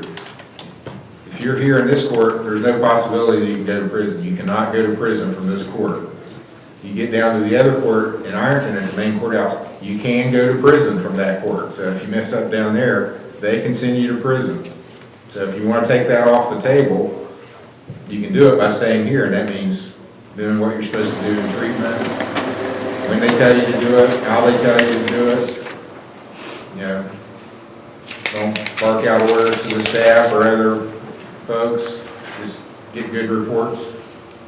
And ultimately, you may even get your case dismissed. That'd be the best possible outcome. Your case is dismissed and you're clean.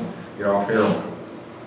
Or if you're doing fentanyl now, I don't see too many heroin cases anymore. It's all fentanyl now. And that stuff, well, heroin's bad too. You can overdose very easily on heroin, but fentanyl's even worse.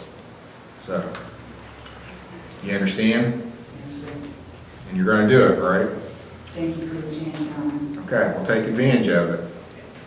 Okay, so I'm going to give you a $2,000 signature bond where you released to hometown for inpatient treatment. Come back for your next hearing, and they're going to give me a report when you come back.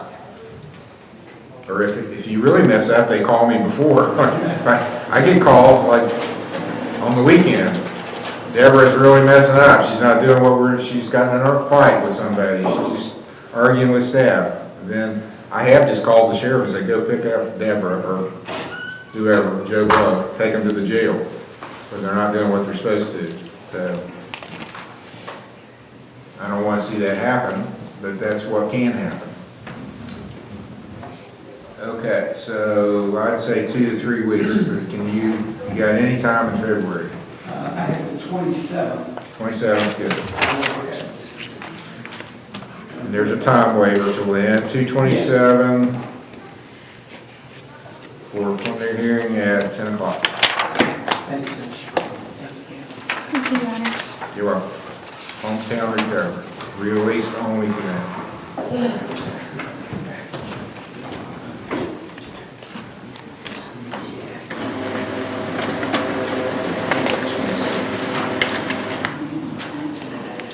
State of Ohio recalls Caleb Ross here at the court. Case number CRB 2666 A and B. Caleb Ross. Your Honor, if I may, I went and found the report from Mr. Major. Okay, thank you. The what? Report.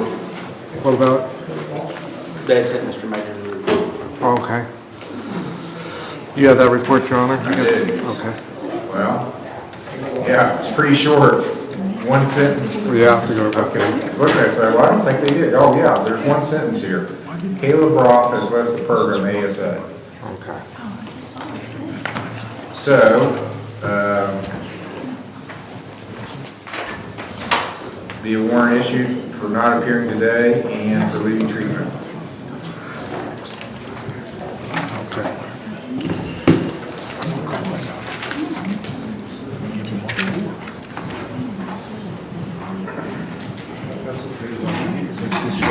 Yeah, that's fine. Sorry, you want to start one while you're at it?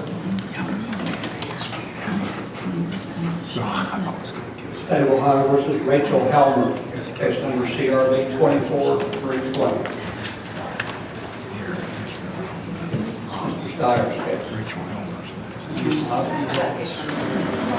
24-320.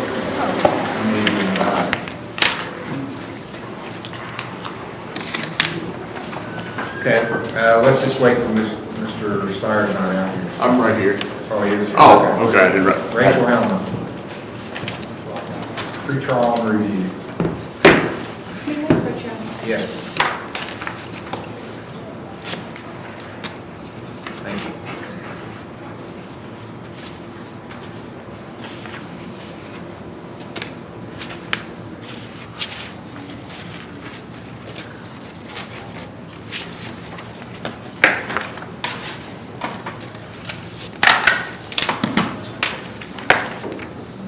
So it looks like she's going to be, are you going to be looking for additional work or a different work, or how's that going to go? It says your hours were reduced. Yeah, I'm looking for additional. Okay. And you still have fines and costs and community service here to do too. So that has to be taken care of. Okay. How much are we looking at this point on the community service, the fines and costs, if I may, Your Honor? Nothing's been done. 5 days community service, $400 total on fines and Okay. costs. So, Continue to monitor. yeah, we can come back on this one. What sort of a time frame are you looking at, Your Honor? At least a month. Does Monday or Friday matter to you? Friday don't. Fridays are better. Okay, I'm here the 6th and the 27th in March, but the other 2 Fridays I have jury trials. March 27th. Thank you, Your Honor. Thank you.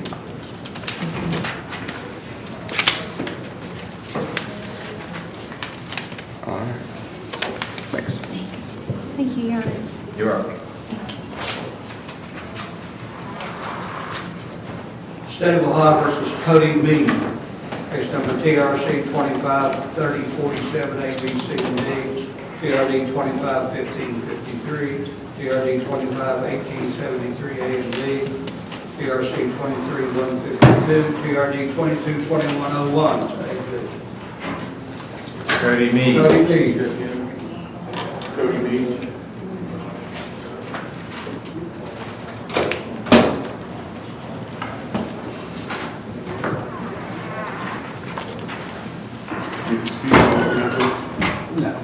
I think the speaker outside might not be on, Your Honor. Well, they need to go tell them to be in the. Recognize him back.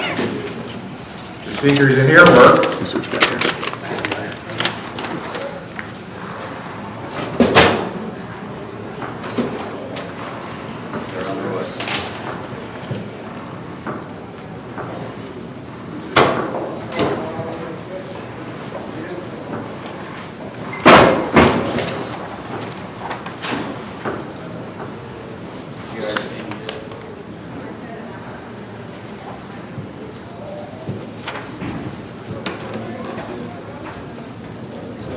Okay.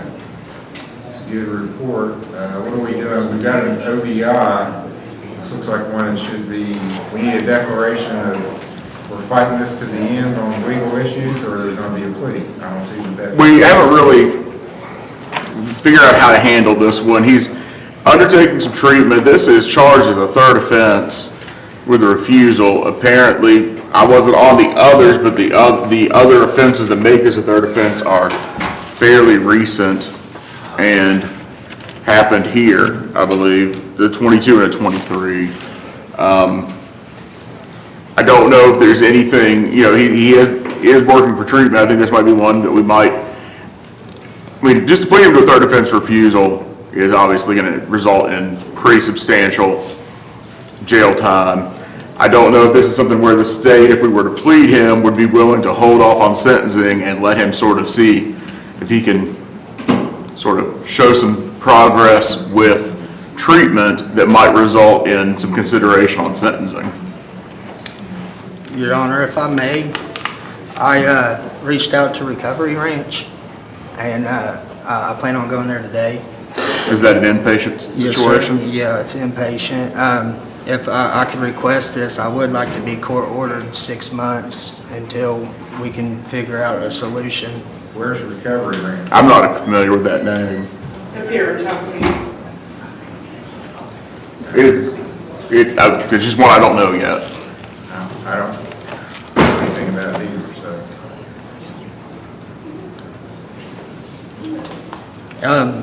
If Your Honor, if I may, since the 2023 and the 2024 cases, since that, I've been doing OVP for the last 2 years weekly to try to get it on top of this.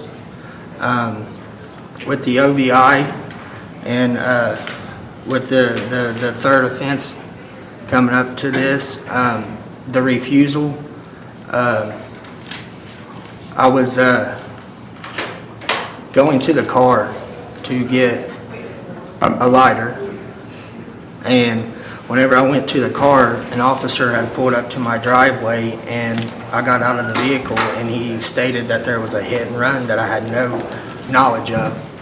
And then he asked me for the field sobriety test, so that's... I know that we need to be getting into these. Yeah. If there's not gonna be. Again, as I was saying, I think treatment is definitely something we need to be looking at here. I don't know, again, if the state's willing to comment on the possibility of giving some consideration on the basis of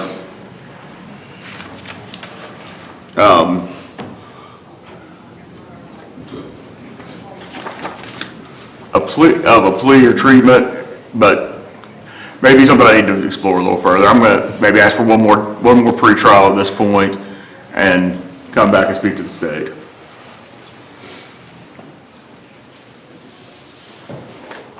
Mr. Hill. So Mr. Mead did have 2 OVIs previously that were pending at the same time, and he pled guilty to those, and he was ordered to go to treatment, and he was at OVP. And this is, the last note I had was from September the 2nd, 2025, in which he did not appear. It was a bench warrant issued. I don't know what happened between then and when he got this new charge.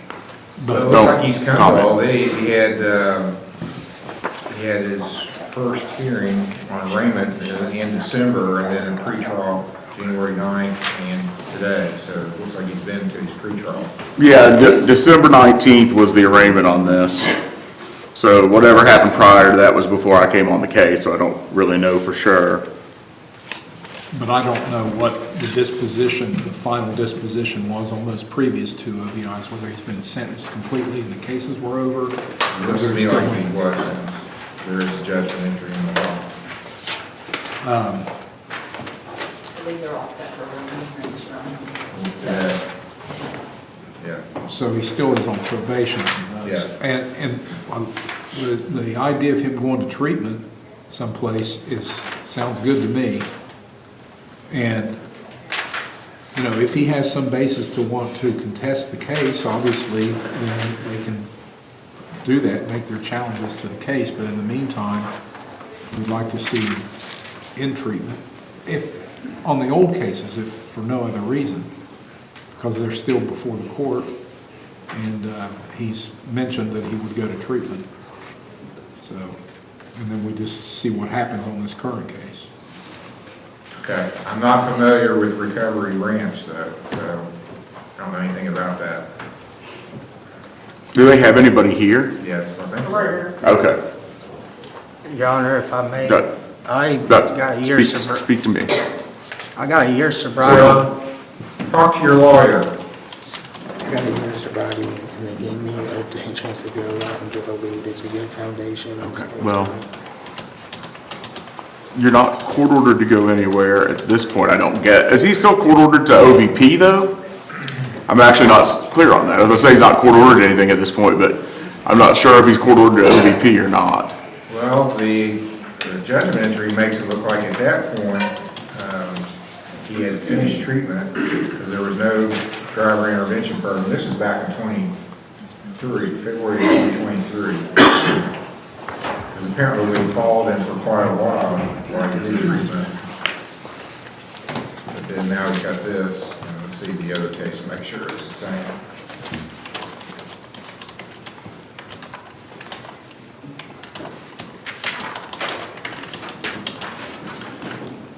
Yeah, he was, and then he was at OVP. He also went to Shawnee in Portsmouth before that. And that was inpatient, it looks like.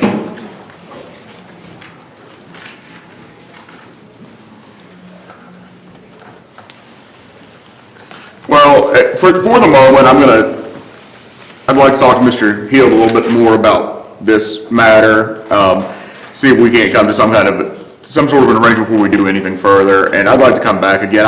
I'm here the next several Fridays. I have some stuff on Mondays coming up trial-wise. So Fridays, like I'm here the 20th, the 27th, and the 6th. So if one of those days would work, past that, I'm here the 2nd, the 9th, 23rd, and 27th of March. Like I said, I have a fair number of jury trials scheduled at the moment. Okay, well, he's not under a current order for treatment, but here's what I would say. I mean, I don't know anything about Recovery Ranch. He can go there if he wants, but I wouldn't call it a trusted provider because they have not presented their credentials to the court and asked to be considered a trusted provider. Would there be a time frame for them to do that, Your Honor? I don't know if you have like a monthly meeting or anything of that nature? No. Okay, just something they need to make arrangements. They need to do that. They need to be here. If they're going to work with the court, they need to be here on a regular basis. To have some place in Chesapeake that I'm not aware of, and I see hundreds of people to treatment every year, and I'm not aware of them, that says something. So I'm skeptical. We'll say that. I'm skeptical. So you got some proof to bring before the court. So, Mr. Mead, that may not be the best place to go. There's plenty of other places that are here on a regular basis, and I would consider trusted provider. So maybe you should go to one of those. When do you want to come back? Can we do the 6th, Your Honor? 6th of March. All right, March the 6th will be the next hearing at defendant's request.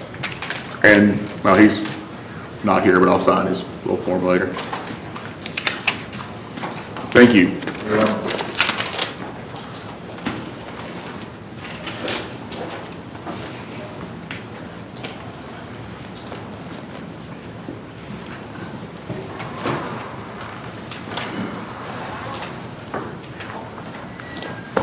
State of Ohio recalls Ethan Anderson, who's back in holding. Case number CRA 24706.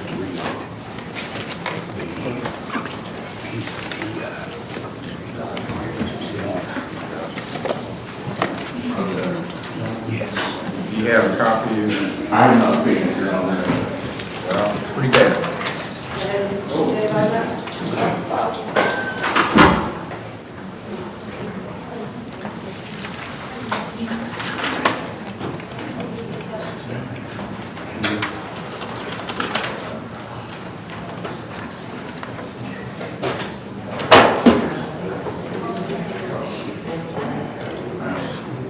I will explain it to him.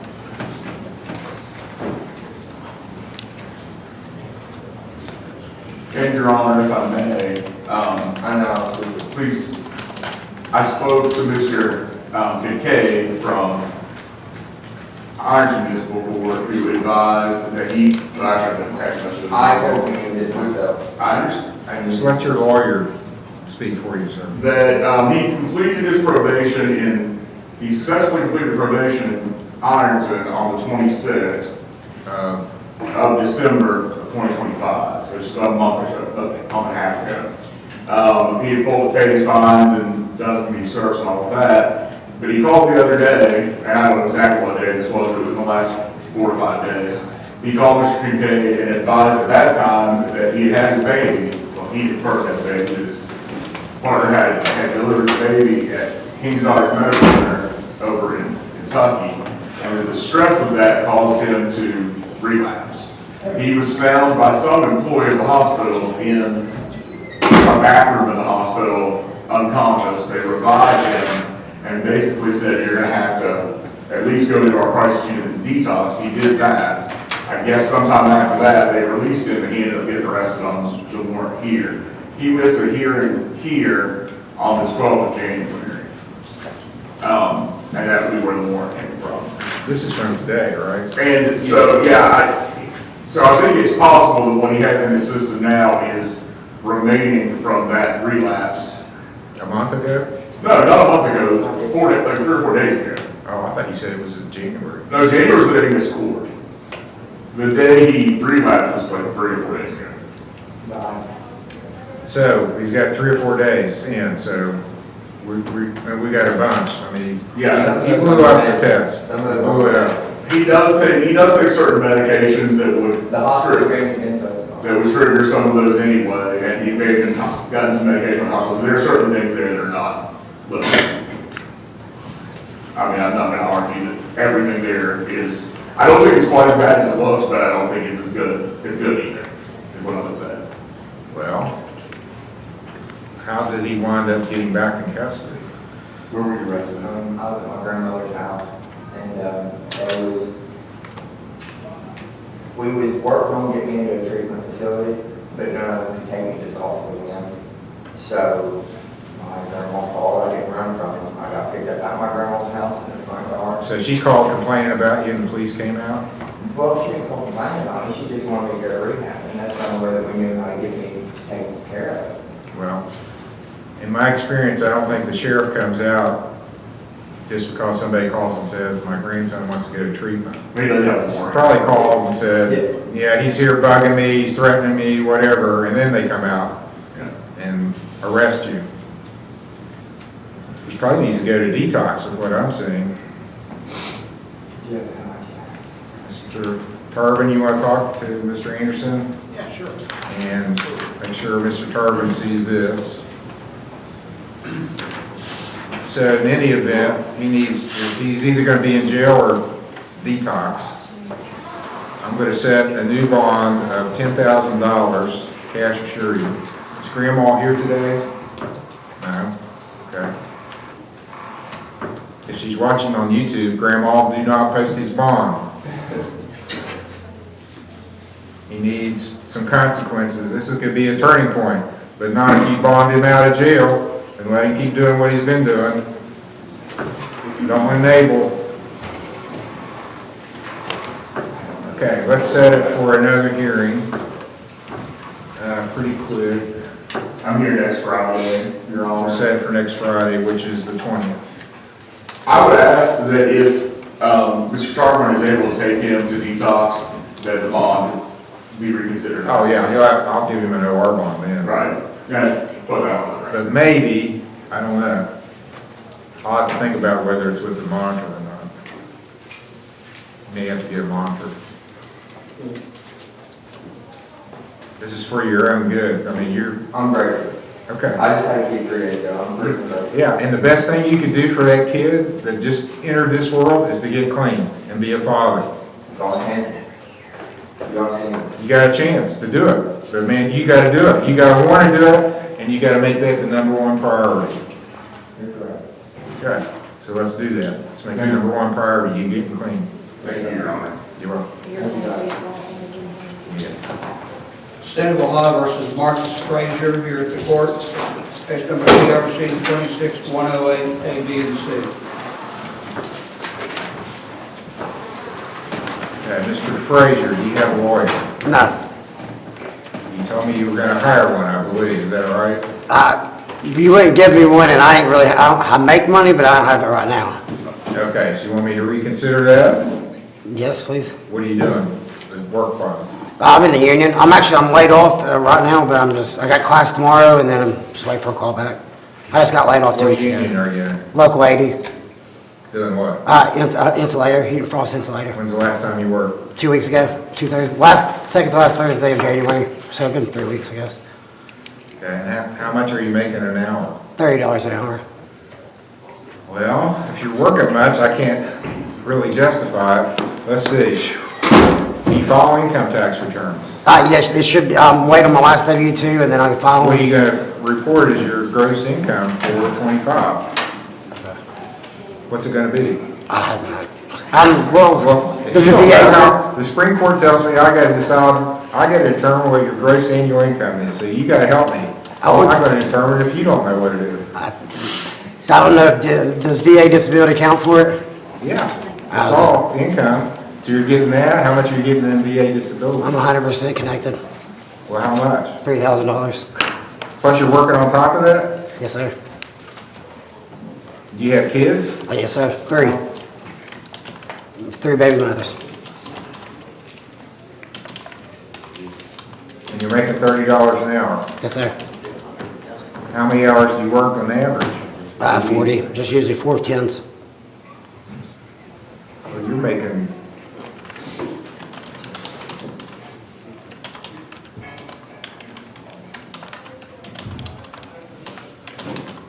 You're making close to 100 grand a year.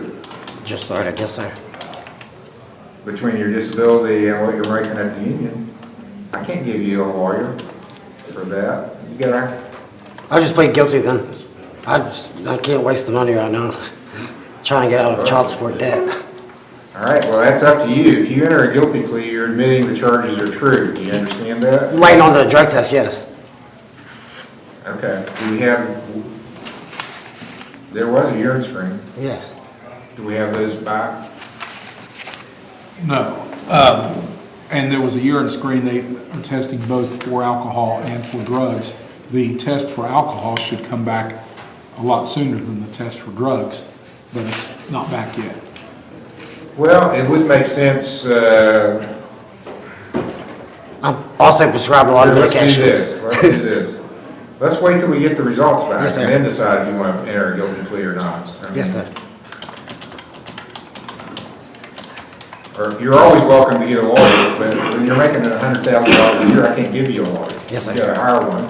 You're welcome to do that, but you're gonna have to pay for it yourself. Yes, sir. But if you want to, I'm okay with you waiting to see what the state's going to allege was in your urine, or your, yeah, it was in urine, before you enter a plea. So let's continue it to give the state more time. I said, what's our time frame here? The 90 days would run on April the 13th. Okay, we got plenty of time then. When you are working and you think you are probably going to go back to work here shortly? Yes, sir. Should. I'll find out more tomorrow. Okay, well, I got to set court on Mondays or Fridays. Which is better for you? Fridays. Fridays? Okay, let's set it for let's go 1 month, the 13th. Yes, sir. March 13th. Your next hearing will be looking for results on urine screening. Okay. Any questions, Mr. Frazier? Yes, sir. Okay. See you in a moment. All right, thank you. In a month. State of Ohio versus Caleb LeMaster. Case number TRC 26103, A, B, and C.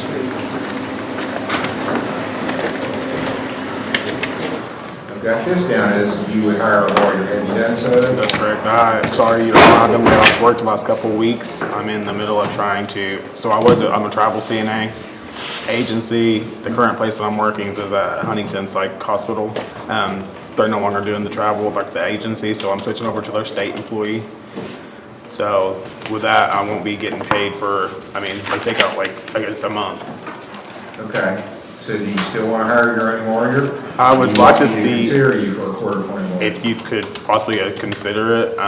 Based on my hourly pay, it's $8.75 an hour. Being traveled, I mean, it is room and board. I also get paid. How much did you say? It's $8.75 an hour. $8.75? On my hourly wage, yes. My You're overtime, entitled to, at that rate, you are entitled to. I do have proof of like where it shows on my. Well, you just have to file an affidavit saying that's what your income is. I'll appoint Mr. Stratton to represent you.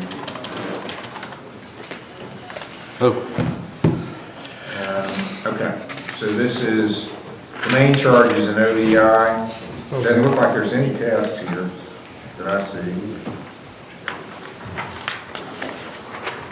No test. No crash report, so. I'd like to set it in March, and what were the dates you're not available? The 16th, 23rd, and 30th.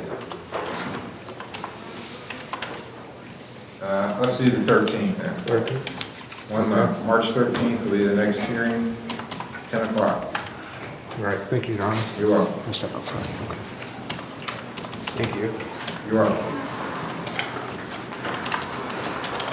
State of Ohio versus Municipal, case number CRA 25824, TRC 25399, and the March 13th. Mr. Beach's case, preliminary hearing, pre-trial. Your Honor, I received discovery in this case a little later than normal, but I have received it. I'm working on a motion to suppress right now. I would ask the court to allow us to come back and further pre-trial the case once that motion's filed. We'd waive time and continue the preliminary hearing, ask it track along with the OVI charge, Your Honor. I looked at April 3rd because I'm already here. I do have availability sooner than that if either the court or the state would like to come back sooner. Mr. Hill, Whatever date. you're okay with April 3rd, there's a time waiver? Yes. There is a time waiver, Your Honor. Okay. And then there had been a motion about some discovery that's moot now? Or? That is moot now, Your Honor. Okay, so I'll mark it as such. So I'll set it for April the 3rd for a pre-trial at 10 o'clock. And phone there here. There is a phone here. At the finished request. That's correct, Your Honor. May I also reset 25 TRC 1946, State of Ohio versus Presley Gore for the same date and time, Your Honor? Yes. State of Ohio versus Presley Gore. Assuming there's no objection from the state. We do not object, and I believe we're going to make that non-evidentiary on that date. That's correct, Your Honor. I believe we'll resolve the case, at least propose a resolution to the court on that date. Okay, so it won't be set for an evidentiary hearing, it'll be set as a pre-trial. That's correct, Your Honor. On April 3rd at 10 o'clock. And you will let the court know that. I will, Your Honor. Thank you. Thank you. You're welcome. State of Ohio versus Ashley Huff, case number CRA 2657.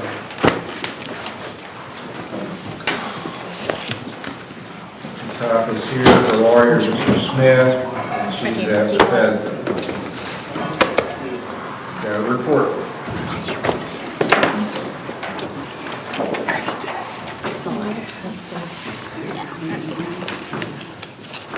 Sounds like she's making progress. She is, Your Honor. Good.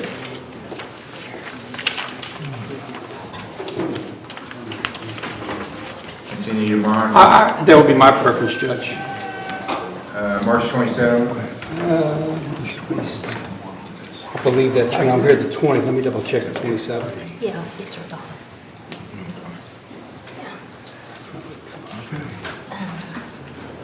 She's had the protection order sent last year. She couldn't get here. So Actually, I'm in trial that Thursday and Friday. I could do the How about the 20th. 23rd? March, yes, Monday, yes. March 23rd. here's, thank you, Your Honor. You're welcome.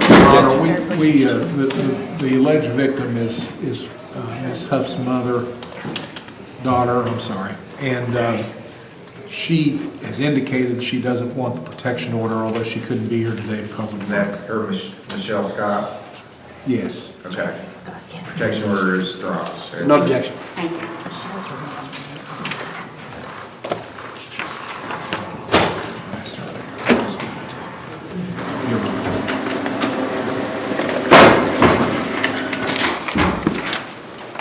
State of Ohio versus Texas Statement. Case number CRA 25-425, CRA 25-426. It's Mr. Stratton's case.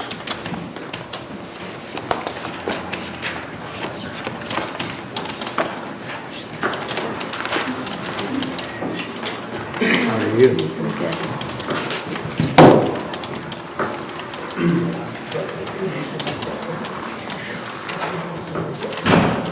All right, this is Mr. Stratton's case, preliminary hearing and pretrial. Not for trial.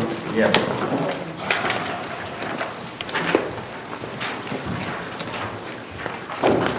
Got a report from Council Center.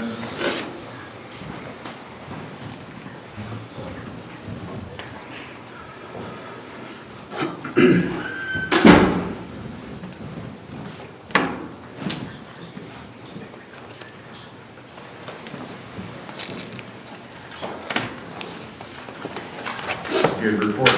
Yes.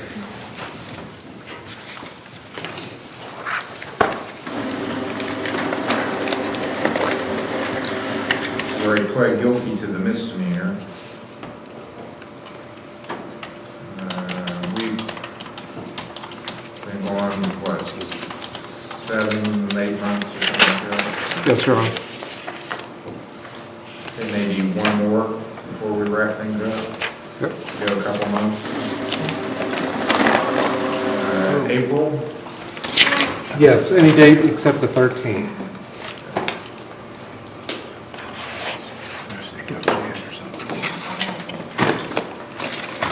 April 20th? Yes.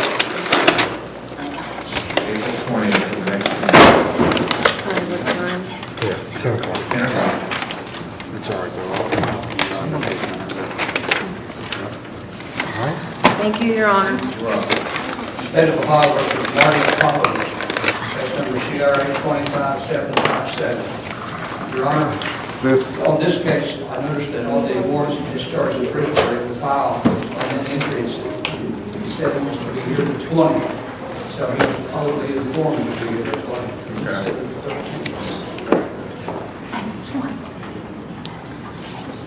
so Your Honor, we just ask this be continued to the 20th.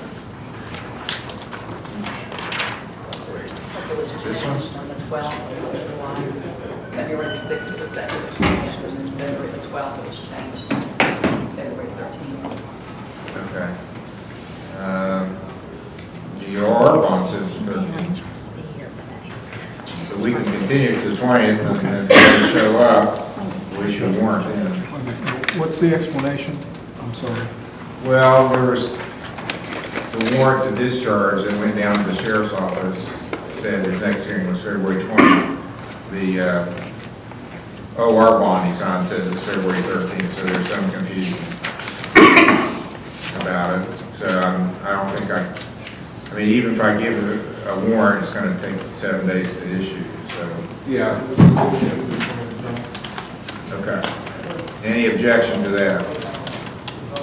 Well, it's understandable, I guess, under the circumstances. I know that our person who's affected by this is here and very upset about the situation, but I don't suppose... Well, if we have the anything can be done. teleconference working by then, I'll let him appear by teleconference.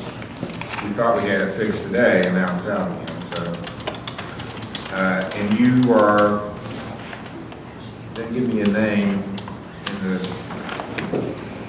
Mr. Is it Matthew? Yes. Okay, well, I'm sorry about the inconvenience. Any objection to him appearing by teleconference? Mr. Stratton? No objection. He's welcome to come. Everybody's welcome to come anytime. At the finished request, I'm going to continue to the 20th.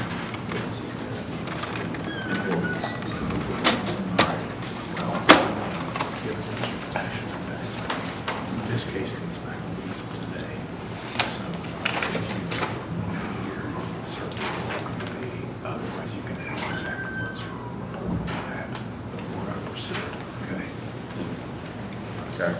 State of Ohio versus Lester Holland, case number CRA 24-636. Mr. Steyer. Mr. Steyer's case, preliminary hearing. If I could, just a second, I've been handed the only copy of the report. Look it over a little bit before I pass it on up. Yeah, those aren't the only, those aren't. Okay.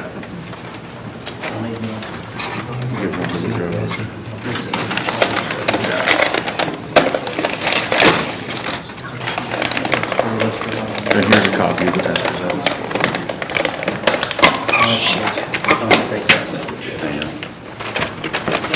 Something's going on over there. Just a second.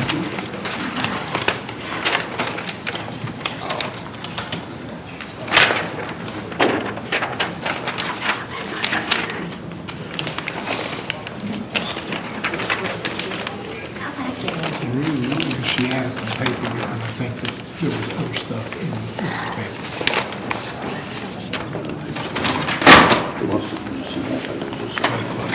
Yeah, this is just showing the testing, and then the other is a general report.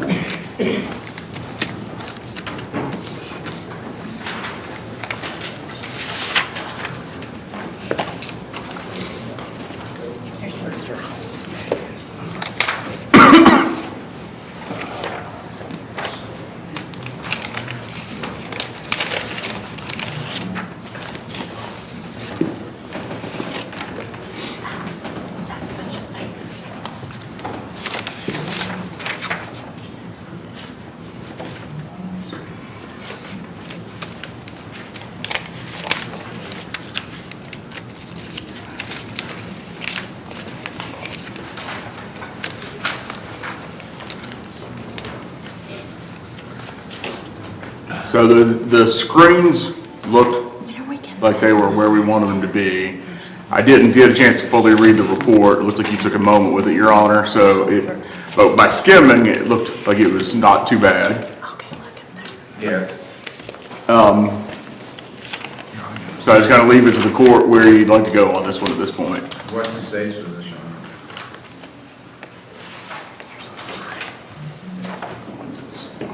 Is this report good?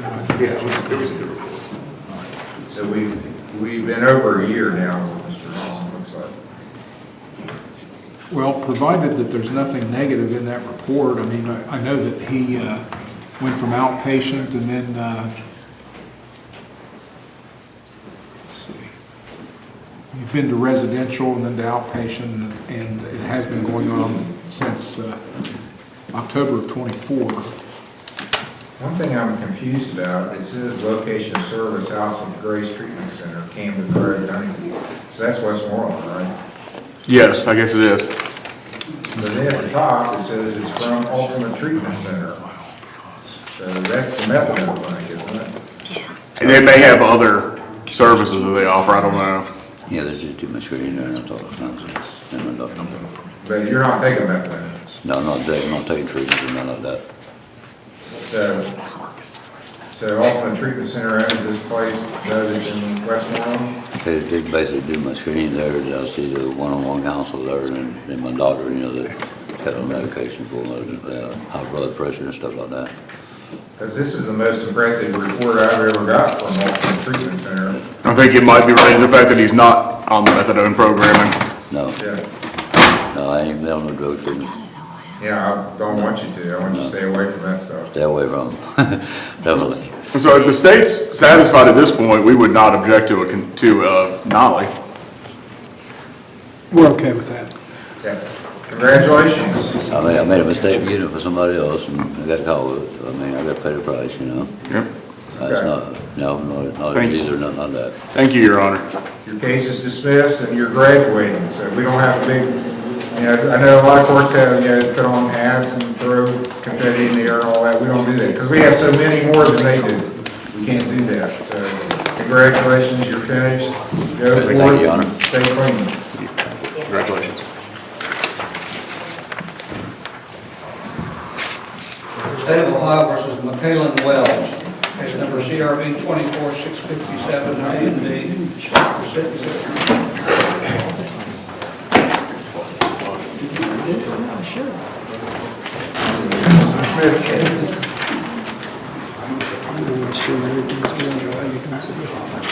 Down the road. You change services, that's all.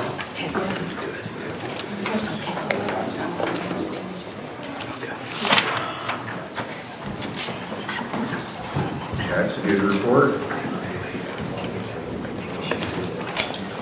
She already pled.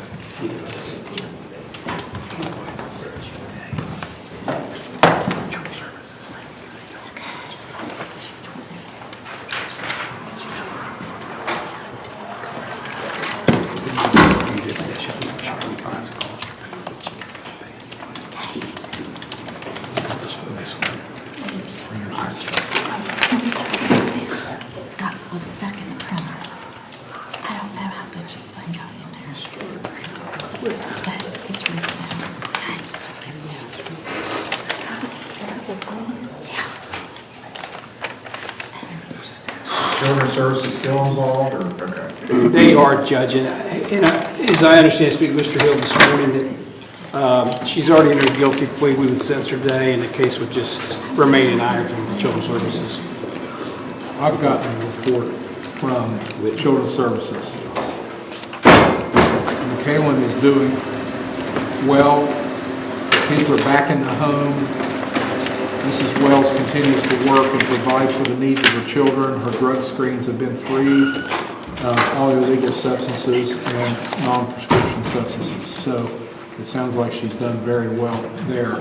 What I would suggest, Your Honor, is she pled guilty a long time ago. What we were kind of holding in the air as far as what our recommendation would be is whether we would recommend that she actually spend time in jail or not. But given her progress and the good report she's gotten, we're okay if the court were to sentence her to a suspended jail sentence and just put her on probation and let Children's Services follow through with continuing to monitor and Bethesda. I think she's probably still with Bethesda because of the case plan. So, we're on board with that, Judge. I hate you to go to jail. She just got the kids back in the home, but we have no opposition to that recommended sentence. Okay, Ms. Wells, anything you want to tell me before I sentence you? You have a right to make a statement if you want. No, thank you. Okay. All right, on the endangering children, because you've done so well, I won't even impose a fine, but I'll order you to pay the court costs. And just to make sure that happens, 10 days in jail suspended, no community service, level 5 non-reporting probation, just to make sure you pay the court costs, and I'll set it for a hearing September 4th. If you pay the court costs by then, you don't have to be here. 9 o'clock, September 4th, check in with Mr. Major in probation. You're free to go after that. Good luck with your recovery and your kids. Keep working. Thank you. Thanks, Tyler. State of Ohio versus Glenn Gibson Jr. Case number CRB 10-1078 A and D, TRC 10-2432 A, B, and C.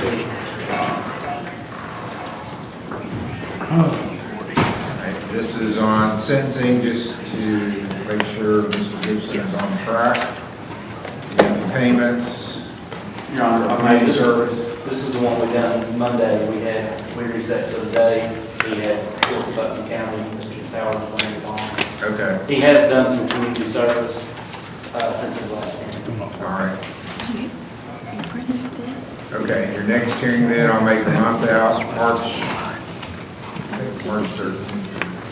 Court date. Yeah, March 13th. Sentencing. Thank you, Your Honor. You're on.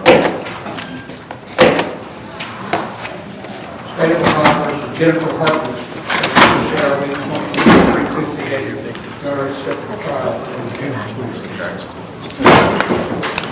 Looks like we are having a trial. Yeah. Is this the only case left? State ready to proceed? yes, Your Honor. Defendant's ready to proceed? Yes, Your Honor. Any opening statements? No, we'll waive. Mr. Hill? Yes, Your Honor. This is a matter that is somewhat, has a lot of age on it, because it happened back in 2023, but it was never before the court because Ms. Harkness was never served. But it involves kind of an unusual situation in which our victim, Ms. Busick, will be able to explain. Apparently, she and Ms. Harkness either shared the same home or next door to each other or something of that nature. And they had a mailbox or mailboxes, and it's alleged that Ms. Harkness continued to use the mailbox even though she moved out. And there became a controversy over it, which resulted in a menace. Your Honor, I'm just explaining what the facts are going to be. I'll move to separate witnesses. Okay. Well, are you finished with your statement? Well, and then it ended up at the school, the Dawson Bryant Middle School, with an incident, and there was a menacing, and we think it's very serious, so that's the reason we're going forward with it today. Okay, I'll grant the motion for separation of witnesses. Is there going to be more than one witness? Yes. Okay. Until you're called, then you need to sit out of the courtroom and turn off the speakers. We do that so we want to hear what you know, not what you hear somebody else testify to. So each side will have to police their witnesses. With me. Should we call her witness, Your Honor? Yes. Sarah Busick. Yeah, that's fine. Second.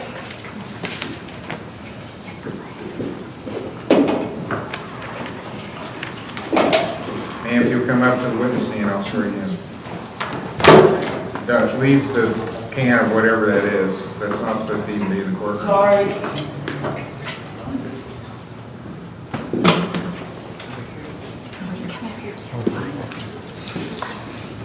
Please raise your right hand. You swear the testimony you're about to give shall be the truth, the whole truth, and nothing but the truth, so help you God. Okay, Mr. Hill. Thanks, Your Honor. Ma'am, are you Sarah Busick? Yes, sir. Do you still live at 7 Private Drive, 2730, and it's an Ironton address? Yes, sir. I'm local homes out there. So I still live there. Both of your homes? Yes, sir. Okay, and that's in Perry Township, though, right? Yes, sir. Now, this is going back a long ways, May the 10th, 2023. Did you have an incident involving Jennifer Harkness that resulted in the authorities being called and a criminal charge being filed? Yes, due to her. No, it's Ma'am, you have a phone on, Yes. sees it. Okay. All right, just answer the questions that I ask you, okay? We'll walk through the whole thing. You know who Jennifer Harkness is? Do you see her in the courtroom? And if so, can you point to her, please? And how do you know Jennifer Harkness? I used to date her brother. Now, you said properties. You have 2 properties? Yes, I own 2 mobile homes out there. In the same mobile Did home. Jennifer Harkness ever live in one of those properties? Yes, she did. And then she moved out, and for years she's still been using it. Like right now, her place go to my address. Say it again? She did, and then she moved out. The beginning of 21, she moved out, and she's continued to use the address, have my mail held, everything else. Like right now, her plates go to my address. Okay, now what I'd like for you to do is, because the judge is the one that's going to have to hear everything, I'd like for you to I'm point. sorry. That's okay. And speak so that you can make sure he hears you. Yes, sir. All right, so we're talking about May the 10th, 2023. At that time, was Jennifer Harkness still living there? No, sir. She hadn't been living there. You said 23? Yes. She hadn't lived there for 2 years then. Was there still mail for her coming to your address? To the one mailbox, even though I went and had them hold it at the Ironton, and also I think Jasmine has proof of that, though I had to do it more than once because my own mail was getting held and getting shut off because she was holding it for her living in West Virginia. And the day that started, it was because I came home and caught her in my mailbox. All right, we're not there yet. Now, sometimes when somebody moves, maybe mail keeps coming there because the sender doesn't know that they've moved. What kind of mail was she still receiving there? Anything from all of her bills, her insurance, everything I'd send back, I'd take it to the post office, you know what I mean? I took it to the actual prosecutor's office in Ironton showed them before I took it there one day. And then it's just catching her there. She'd even knock on neighbors' doors, asking them questions about mail and stuff. She wasn't changed intentionally, not to switch her stuff back to Ohio. But that wasn't the only situation with us. She's also had issues every time I see her out with her. Do you know where she moved to after she left? Yeah. Where did she move to? Sunset Drive in Canova, right by Cannon Park. So even like 2 years after moving, she was still receiving mail Yep, there? and she would still come out there and pass me. I've got messages where she threatened me and my kids. Objection. Beyond scope. Non-responsive, so just answer the question. Okay. So you got 2 mailboxes there? Mhm. One of them for the house that you live in, and one for the other property that you own? That my boyfriend lives at, and all his mail was getting held, even social security and stuff due to it. All right. Now, and you had taken steps to stop her mail from coming there? Yes. Yep. And did that work? No. And I turned that into the prosecutor also.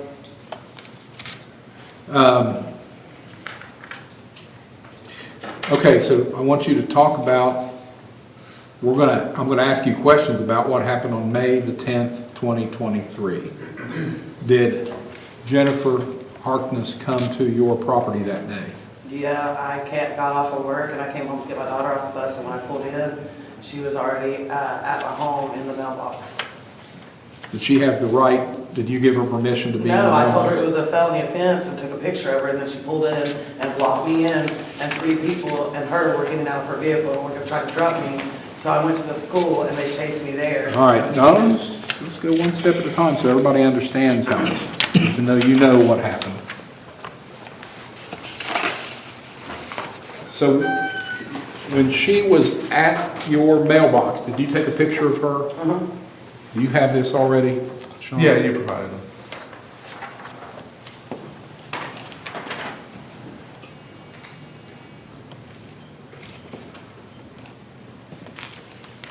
Mark this as State's Exhibit A. And I ask you what this is. What is this? That's my mailbox. Okay. And And that's, what else about it? that's Jennifer Harkness's car with her holding mail in her hand. Is this that same day? Yes, sir. And that's Jennifer Harkness's car? Yes, sir. Now, at that time, did you actually did you take this picture? Yes. And this is a fair and accurate picture of Yes, what sir. happened? Are those your mailboxes Yes, there? sir. Did you have any kind of contact with her, like you were able to exchange words that day? I told her it was a felony offense, so I was taking a picture, and like I said, afterwards, she came, like my driveway would be about where this lady is, and she pulled up in there. I was in my Jeep, like I said, I just pulled in with my daughter's bus. She pulls in to walk me in, starts cussing me about fast, and then other people, her son, and a couple of his friends were in the car, and they started to get out too. I locked it in 4-wheel drive because my daughter's bus was gonna come. I didn't want to see that. Very important. You kind of glazed over what she said to you. What did she say to you? She was gonna beat my fucking ass. Okay. All right. So, Your Honor, this is State's Exhibit A. We're going to ask that to be admitted. Any objection? No objection.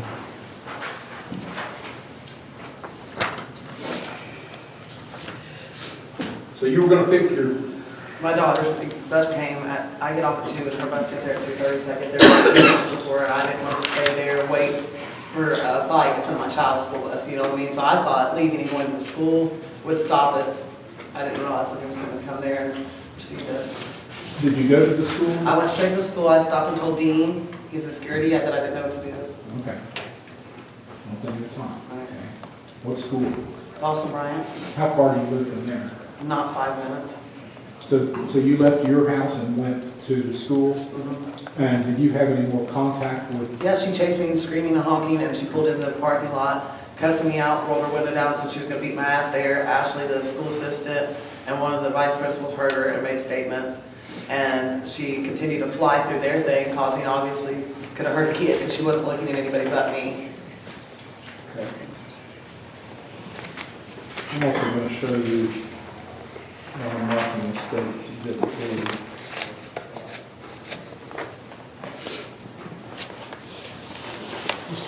This is that stop mail.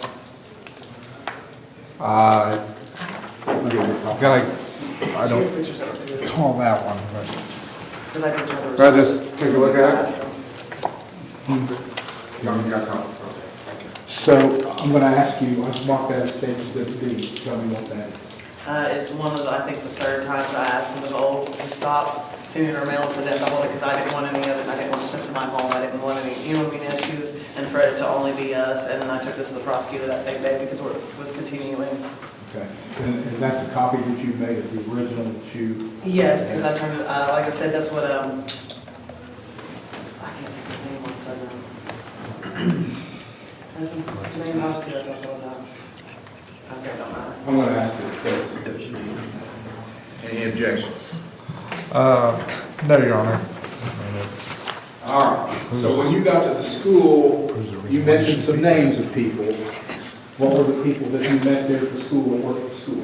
Dean, he's a security guard. He was the first one, because like when they're doing the pickup as you pass through before you get to the actual school, like some of the lines for the pickup they do on both sides of that school, he was right there. So I stopped and I kind of told him I didn't know what to do. She was chasing me and I didn't want my daughter to see the situation that was getting ready to occur at my house. So he was like, just go up to the front and park. So I pulled up to the front, like it's a U shape, and I just pulled over and parked right here, like right up the front, and I see Ashley, who's always worked in the front desk, and I asked her, I was like, hey, can you get a picture? Do you see her? She's chasing me, and won't stop. And she did take a picture of her, and then they ended up calling the police. Is that Ashley Rowe? Yes, sir. Is she the school secretary, is that what you said? That's what, yes. And then the principal did one too, and then there's the security guard, Dean. All right. Now, I've marked this as State's Exhibit C, and I'm going to ask you what this is. This is me in my black Jeep, and then the white SUV is Jim coming in afterward, pulling off after she stopped and cussed and screamed. Yeah, I've got that one. Just doing that. And is that a fair and accurate view of what was going on there in that parking lot that day? Well, she stopped here first, and as you can see, her windows down, and they even covered their place if the school's window, but she stopped here, cussed me out, screamed, and Ashley was about here originally, and she's the one that went, took one of the pictures, and then she went inside and told the secretary. After she got done screaming and cussing me again, that's when she started to leave, but she peeled out the parking lot, like, so they were mad and called the police department. Okay, so Ashley took those pictures. No, the school, they took that off. Ashley has a picture she took of her outside, but that one's actually off the school. It's a camera system itself. Now, when all this was happening, when you were going from your house to the school, did you know she was following you? Yeah. I didn't know what to do though, because my daughter's gonna get off the bus, stay there and get attacked, or go to the school and try to get my kid. So I just went to school. I thought when I got to school, she would just keep going, maybe honk the horn, flip me off or something. But I never thought she'd pull from school and act like crazy, you know what I mean? And what did you do when you got to the school? I stayed there and waited for the police and stayed with my daughter. Well, only did you stay in your car? I stayed in my car. Yeah, I stayed in my car. Did you go in the school? Yes, afterwards I did. Once after the sergeant stuff, that's when I went in the school, waited on the police department, and we stayed until they came. Did you feel threatened by her? Oh yeah, my door, with the bus driver that had my daughter had told me my door was open. And I had to wait, and they came and cleared my house to make sure it wasn't broken into for the second time, because her brother had broken into it before. And I guess, like, when I was there, the door was shut. So I was scared to go home. You know what I mean? After the fact, she'd already, I didn't know if when they left the school, if they went in my house. Have you had dealings with her before that would make you afraid of her? Yes, several. Like other kinds of threats and things? Plenty of times. She's threatened she would beat my ass, or would nobody be able to catch me. She's cussed my 11-year-old daughter out, called her a bitch, more than one occasion. Now, so when you got to the school, you said something about going to see if she was at your house. Afterwards, the cops did, before I could go back, because the school already had my daughter due to the time frame. So when I pulled up there and told them what was going on, by the time I got in, they called the bus and the radio and said, hey, not to drop her off, bring her back. Lisa thought it was funny because when she went up, my door was shut. They won't let her off, or she's in elementary school, you have to be standing at the door open. And when she came back by, my door was wide open. So the bus driver also made a report about it too. You talk really fast. Okay, ADHD. Remember this? I would not make sure everybody, and especially the judge, understands what's going on. Yes, sir. All right. Did they find anybody at your house? No, there was nobody in the home when they cleared it. Nothing was missing or anything Now, like that. since this happened and this case was filed, have you had any more problems? Yes, sir.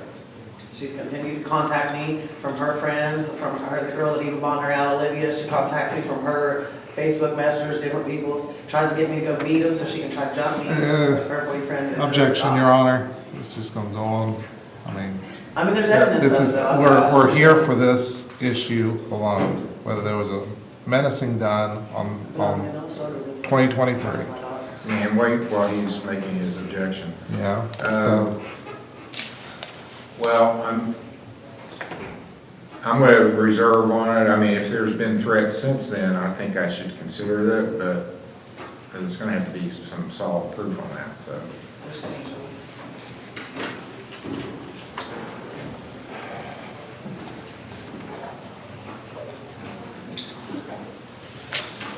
Have you gotten threats by way of messages through your phone, Yes, sir. text messages, or Facebook Messenger? Most of them are on Messenger now because I blocked the numbers once I figured out it's Miss Harkness.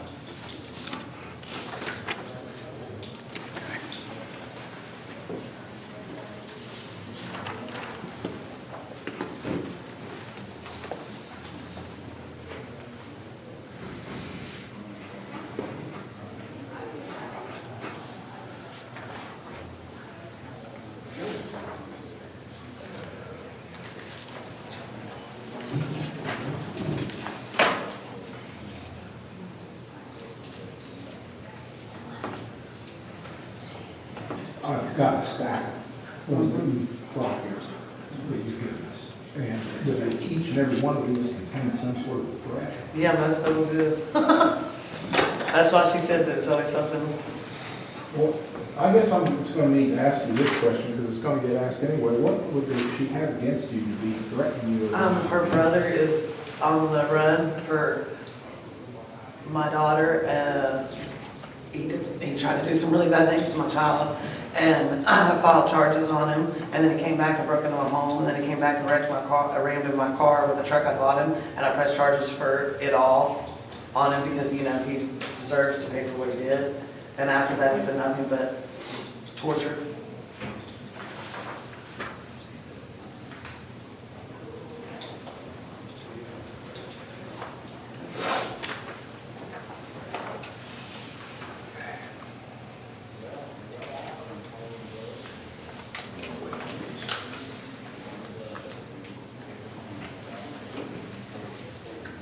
Yeah, there's a. All right, that's all I have.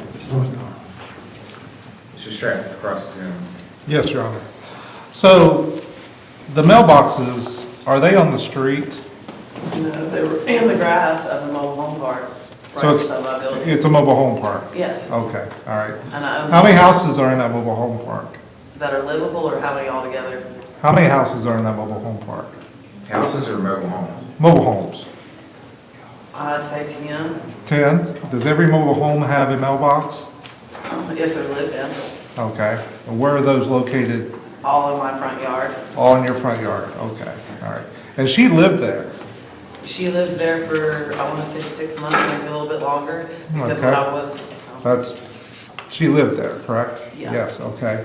And I think this is Exhibit A from the prosecutor, showed a hold mail request.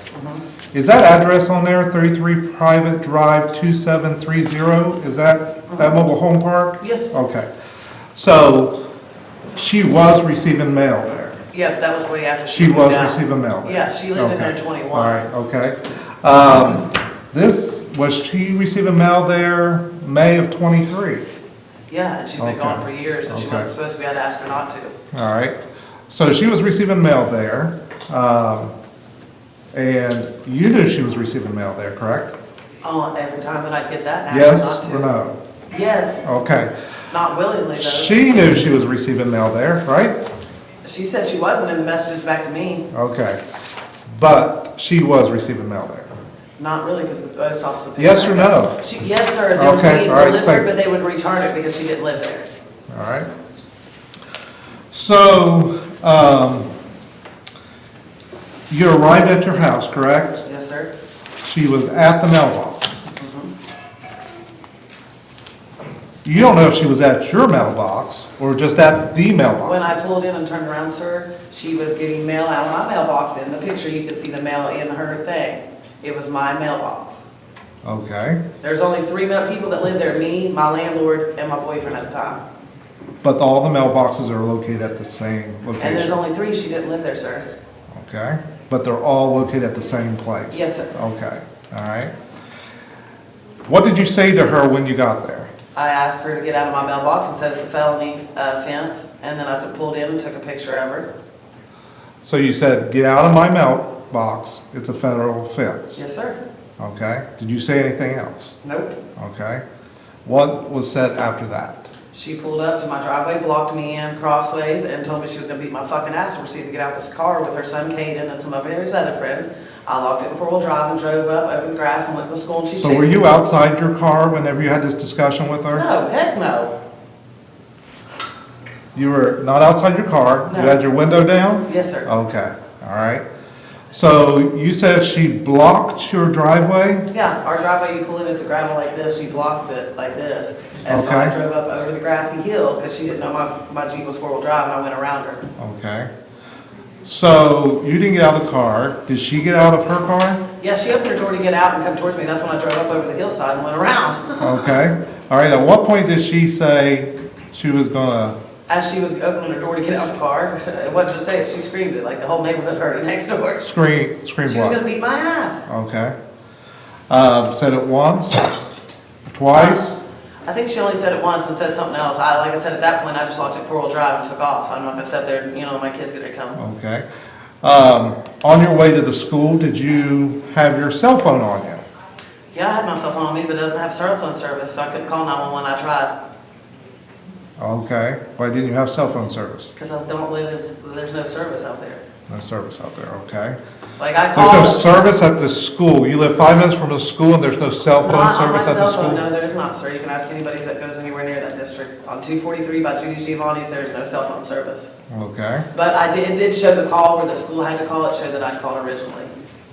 okay. So you went to the school. Why did you go to the school? Because I had to get my daughter safely, and I wasn't able to get her off safely at my home due to Miss Harkness. Okay. Now, what time was this? By then, it was probably 2:25, 2:35, because they get out at 2:30. I get off work at 2, came home, found her there, couldn't wait on my daughter. I'm not gonna have her get off and us be fighting or whatever. That's not okay. Okay. And I was scared for me and my child at the time. So Miss Harkness has had kids go to that school also, correct? Her son went there for, I think, 6 months, if that, yeah. Yeah. One of her And- sons was in the car when she was doing it. So she had kids that go to that school also. Not then, no. She'd already moved. They were in West Virginia.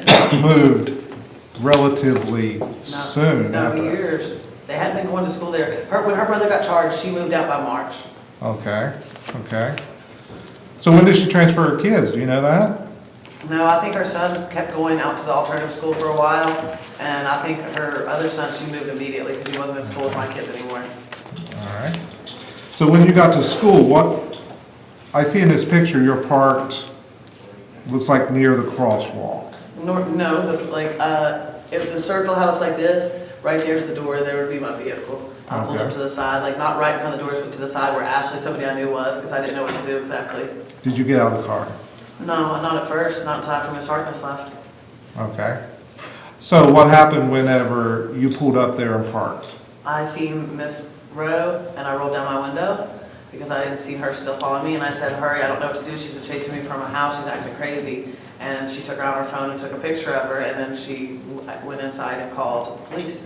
So she was acting crazy. How was she acting crazy? I don't know, driving 65 miles an hour through a school zone, chasing me to a school, cussing me out when you're whipping in the parking lot, talking about you're still gonna beat me up, and then fly through the school parking lot. I'd call that a little bit crazy. Okay. Anything else for that? No. Okay. No further questions, Your Honor. Redirect.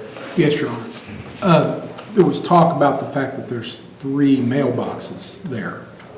How many of those mailboxes actually belong to you? 2 and 1 belonged to my deceased landlord.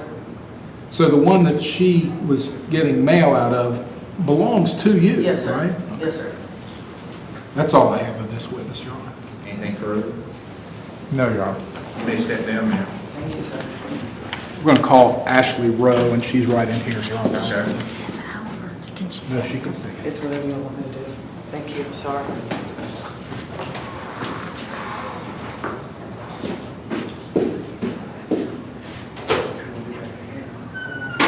Yeah, I'll be down here for you all.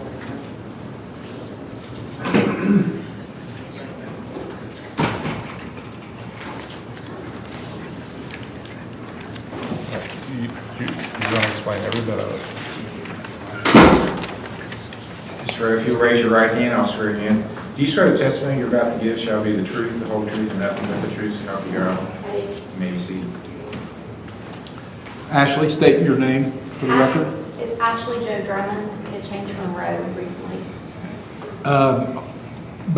We're talking about something that happened back in May of 2023, May the 10th. Were you employed at Dawson Bryant Elementary School at that time? Yes. What was your position there? I'm the secretary in the main office.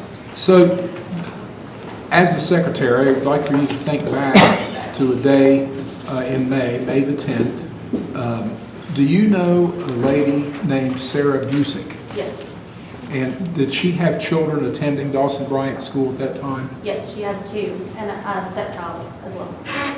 Do you remember an incident that happened on May the 10th where she came into the parking lot there and came into the school in a rush? Mm-hmm. Did you witness anything that happened that day? So I was actually working bus duty, which is out front of the school, which is like the 243 side, the County Road 6 side.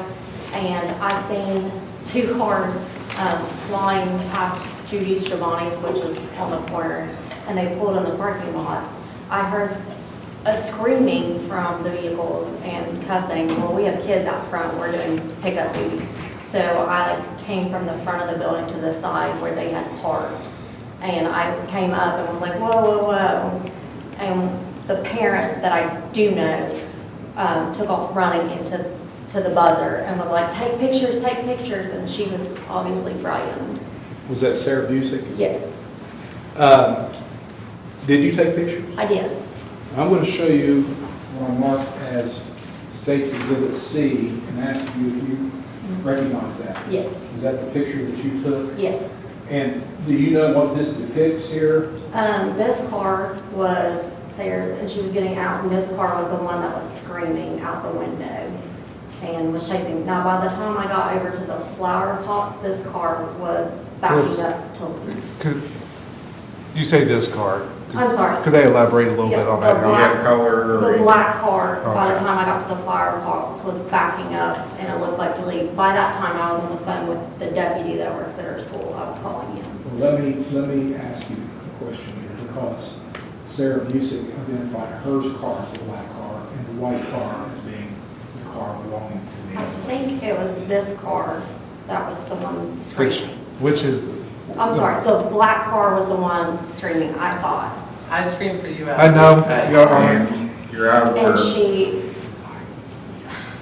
I thought this was the car that she was screaming, but I can't, I mean, it was 2 years ago. But I remember the person running and said, take pictures, so I just got on my phone and took pictures. All right, so you know Sarah Busick, Yes, she's a parent in our building. and she's the one that ran into the school saying, Yes. take pictures, take pictures? Yes, and the other car, I actually did know the mom and it as well. She actually had a kid in our building for 3 months. So I knew the other mom too, but I didn't know her being And that Sarah other mom picked up is- her kid. The other mom is Jennifer Hartman. Yes. Right? Now, at this time, on May the 10th, did Jennifer Hartman have any children in the school? It was a stepchild, but yeah, I'm pretty sure she did have a child in the school. I can't remember what it was. So you don't know this? It was 2 years ago, but I do know that she did have a child in her school at one point. I'm sorry, I can't. That's, It I was understand. 2 years It's a ago. long time ago. Well, Yeah. yeah, almost 3 years. Yeah. All right. But I do remember the cars pulling up, they were cussing. I don't remember who was cussing, so I ran over and was like, whoa, whoa, whoa, we have kids here.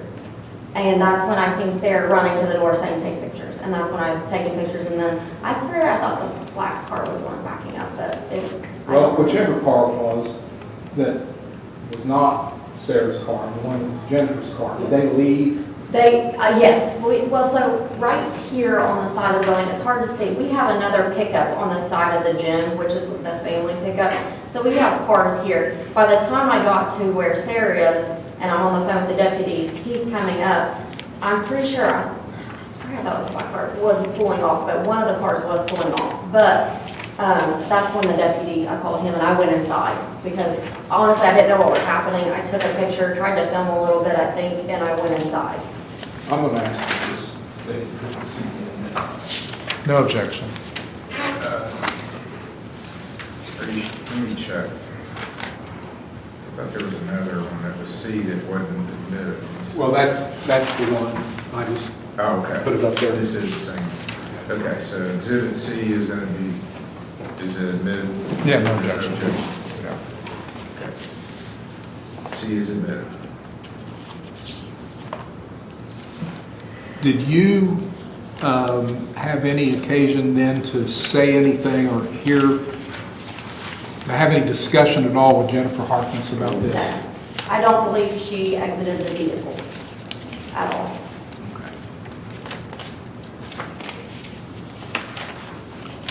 And you saw her leave? Yes, again, it was 2 years ago. I do believe I did see her leave because I told the deputy, I think she's going around back, which was the other pickup. So I think he was going to go check to make sure that the other pickup was secure. Our principals are out front during our other pickup, so I think he was going to go check on the other pickup to make sure it was secured. So I do believe she was leaving at that time. That's all I have of this witness, Your Honor. Cross-examine.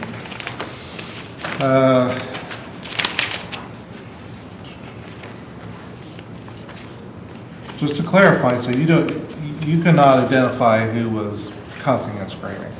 I cannot remember, no, honestly, I can't say which vehicle was cussing. I know from Judy Giovanni's to where they parked, it's about, I would say 100 feet. The vehicles were screaming, like you could just hear them. Do you know what was said? I can't remember that long ago, honestly, I don't want to. Okay, all right. that's I know it was cussing, but because I was like, whoa, whoa, whoa, we have kids out front. Yeah.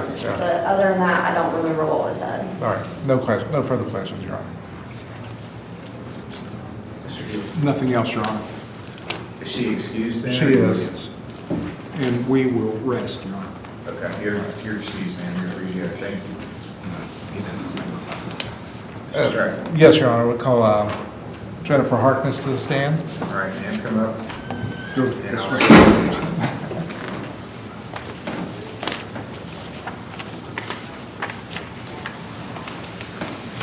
Please raise your right hand. Do you swear the testimony you're about to give shall be the truth, the whole truth, and nothing but the truth, so help you God?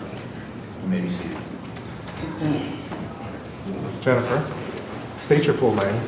Jennifer Michelle Hopkins. Okay. Where do you currently live? I'm West Wilmington. Where? Canova 47, I live in West Wilmington. Okay. So let's talk about the incident on May 10th, okay? Did you go to that trailer park? I did. Okay. Did you used to live there? I did. Okay. How long did you live there? It was like almost a little over a year because I didn't work to that trailer. I remodeled the old trailer. Okay. So I lived there for a hot second, even remodeled before I even moved in. Okay. Who did you live there with? My kids and my boyfriend. Kids and your boyfriend. How many kids do you? 2. 2. How old are they? One's 22 and now 15. Yeah. Well, how old were they at that time? 16 and like 12. Like Yeah. 16, 12. Yeah. Okay. All right. So on this, so when did you move out? What date? I was trying to look at, I'm thinking February, end of February, like beginning, like March, the first couple weeks of March. Of 23? I don't think, it's been so long, like I'd have to look at my USPS like stuff, like when I transferred everything, is that's when I put the request in, yeah. Okay.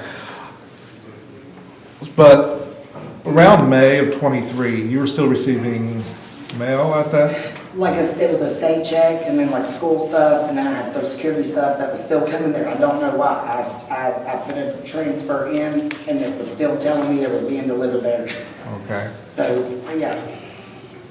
So tell me, you stopped there to collect your mail that day.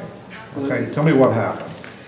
I pulled up and I was hoping nobody would be there. I was just gonna get my bail and what I was going there for was in the mailbox. And, What mailbox was it in? it's like the fourth mailbox, I think. It's the one to the back trailer. And how many mailboxes are there? There's like more than 5. There's like, yeah, but not working, like it's just for the working trailers. There's like 3 or 4 probably that's accessible. Okay, so Yeah. where were you getting mail out of? My mailbox. Okay. Was that Sarah Busick's mailbox? No. Okay. So you were getting mail out of your mailbox? Yeah. Okay. Where's the mailbox located? On the road, in her front yard, like it's by the road, like right when you pull up. Yeah. Okay. So you would have to be near her property to be able to access? The road is, her trailer is like right on the main road. Okay. Yeah. All right. So, well, continue explaining what happened that day. So I pulled up, I went to get the mail and the papers that I was looking for. She pulled up. She started screaming, acting a fool, pulling her camera out, taking Well, okay, pictures. she started screaming at you. Yeah, telling me to get off her property and. What did she exactly say to you? Get off my property and I'm gonna call the law, all this other stuff. And I said, okay, call them. I have an ID to this address. You know what I mean? Like I just moved. I have a right to get my mail. I have a USPS informed delivery that comes to this address. Okay, all right. Yeah. So she said more to you than what she testified to earlier? 100%. Okay, all right. So continue. What happened after that? So when she started acting like that, I did retaliate. I'm sorry, I did. I mean, there was no reason to act like that. I was getting mail and I was needing to get stuff from the school. That was the whole reason why I was over there. And Okay. Caden was still going to that, so it's the Collins Career Center. Okay. So there was a reason why I was over there. I had to get my mail out. There was the check I was needing and then stuff from Social Security. Okay. In those mailboxes? And from school, yes, Okay. correct. All right. So what happened after you had the incident with Ms. Busick? She threw stuff in my car. What- And when she what? she threw stuff in my car. What did she throw at your car? I don't even know what it was. I think it was garbage or something. And so, yeah, I did. When Did it hit your car? It didn't hit my car. Okay. No. All right. So when she sped off, she went around my car. I was not blocking the road. The road is huge. It goes all across the drive, like the mobile park right there. Okay. She sped around my car. She did go to the school. I went to the school. I didn't think she was going to go to school. There's one way in and one way out of that school. Like, you have to go there to turn around. Like, there's no way you can turn to the dollar store, but that's it. There's an officer that's on the road. I did go to the school, but I wasn't speeding, and I didn't do anything at that school. That was my child's school. I'm not going to do that. Well, Ms. Rowe testified that there was screaming and cussing. She could have heard my music, too. I don't know. I mean, I did yell at Sarah when I left saying, you know, why are you here? But I didn't get out of the school and make a scene. I didn't do anything in front of the kids. I would never do that. Okay. No. So, why did you go to school then? Because I did paperwork and stuff. I had to move from this stuff, this nuisance that's happening. I've had to move. She got me kicked out of where I was living. I had to move my kids' schools. Like, it's been a lot. Okay. So, but after this incident, did you go into the school that day? No, I didn't want to get out. I didn't want to even go there because she was there. I'm not going to do that. I'm not going to do that. So what were you specifically going to get at that school? Transfer papers. Kev Warren's on an IEP, and I needed that paperwork. Okay. So when was the last time that your kid had actually went to that school? I'm going to be honest, I'd have to look at dates, like it's the paperwork. I don't have it off the top of my head. It's been so long, so. Okay. Was it relatively close to that incident date? Couple of months, maybe, like I was trying to get him situated in Vincent, and they wanted more information on the IEP, and that's why I was there, is to get stuff for the school, my check, and Social Security. Okay, okay. Yeah.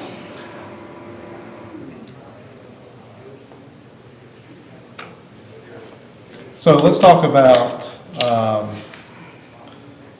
you mentioned that she caused problems that forced you to move. Correct. Okay. Has she been harassing you? She's done nothing but harass my whole family. Okay. Since her and my brothers broke up.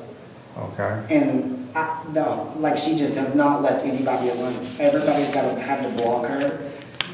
My brother's girlfriend broke up with him. Like she did nothing but cause problems for my whole family, not just me. Okay. And I thought by me moving and moving my kids that it would end the situation, but it did not. Is that the main reason you moved? 100%. Okay. 100%. She wouldn't even, I couldn't even go out of my trailer. My kids couldn't go outside without something happening. Is this the first time that you've had an incident with her at the mailbox? That was the only time I ever went back there. I never went back there after that. No, I mean when you lived there. When you No, lived there was plenty of incidents. No. Okay. She's came to my trailer, beat on my door, cussed me out after my brother left. It's all the time. Like, and then she got a new boyfriend. They were causing problems for me. That's why I moved. Okay. I couldn't trust living there and like leaving my stuff there. So, have you had issues with her since you moved? Yeah. Except for this incident? Yeah. Okay. And She explain that. chased my son. I had him driving me with her children in the car at high speeds. We've got a video of that. I don't know if you guys need that. She's called my sister, my cousins, and I've talked bad stuff. Like I did nothing to tell her to leave me alone. I'm not doing anything to her other than telling her to leave me alone. Okay. Since this day of this incident, have you been back to those mailboxes? Negative. Okay. Have you ran into her at the school? Negative. Okay. So there has been no other? No, sir. Okay. Again, she scared you away from going anywhere near? 100%. I didn't want the drama. I just wanted to move and be done with everything. That's all I ever wanted. Okay. No further questions, John? Thank you, Your Honor. This mailbox, actually, I mean, you rented from Sarah Busick? No, sir. But it was her property. No, sir. So the mailbox that you were getting mail out of, who did it belong to if it didn't belong to her? It was a girl I was renting off of. It was a trailer. The guy, I guess, that passed away now, he owned the whole trailer park. The girl had the trailer there. All right, so it may be possible that you didn't realize that she actually owned the property. She didn't own it. No, sir. So you went to the school to get records, Yes, sir. and you weren't chasing. I was Sarah. behind her, but if I was driving erratic like that, that officer would have stopped me on the road. There's an officer on the road right there on the back road, so yeah. So you weren't doing anything wrong. I was following her because I needed to go there too. I didn't think she was going to go there. I really didn't. And But then you left without going into school. 100%. I'm not going to stay there where she's there after the incident that just occurred. But you thought enough to actually go to the school with the intention of going in the school to get the records. There's 100%. I thought she was going to leave to go back to get her kid. But then you decided To leave. to leave. Absolutely. So, And I just called. Correct. and it was testified to that you didn't have any kids at the school at that time. It was like maybe a month later, but I went back to get the IEP paperwork, and I had still had mail that was coming through in form delivery, and I don't know why it was still coming there, but it was. Yes.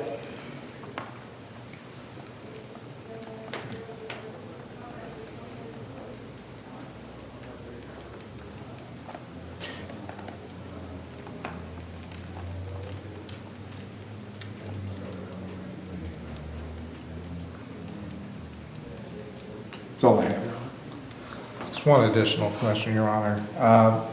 Did you know Ms. Busick's kid or kids rode the bus? Did you know that? My kids rode the bus. Yeah. But you knew her kids rode the bus too? Well, yeah, absolutely. Okay. So you knew that that her kids were going to ride back at her residence, correct? At the same time every day. They get off at the same time. Okay. Yeah. So you were under the assumption that she was going to go back to her residence and not to the school? 100%. All right. Yes. No further questions, Your Honor? Anything further? No, Your Honor. I've got a question for you. You said in your direct testimony, I did retaliate. What do you mean by that? Like yelling at her or saying something to her because she just hasn't stopped, sir. Like I said, I've had to move. I've had to relocate my kids, myself, my job, everything because of this incident. And I thought by me moving would end this nonsense, but it hasn't started. Okay. What did you yell? I guess that's the main question. Leave me the blind alone, and like, leave me the blind alone, yes.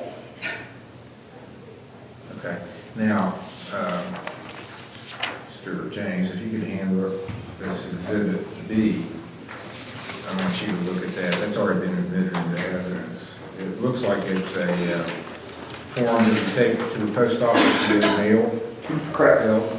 Was this something that you filled out, or who filled that out, do you know? The whole mail was me because I was trying, she was taking my mail, so I didn't want my mail to be at that residence. So that's why on the USPS informed delivery side, I did that so I could pick up the mail, and then I did a transfer.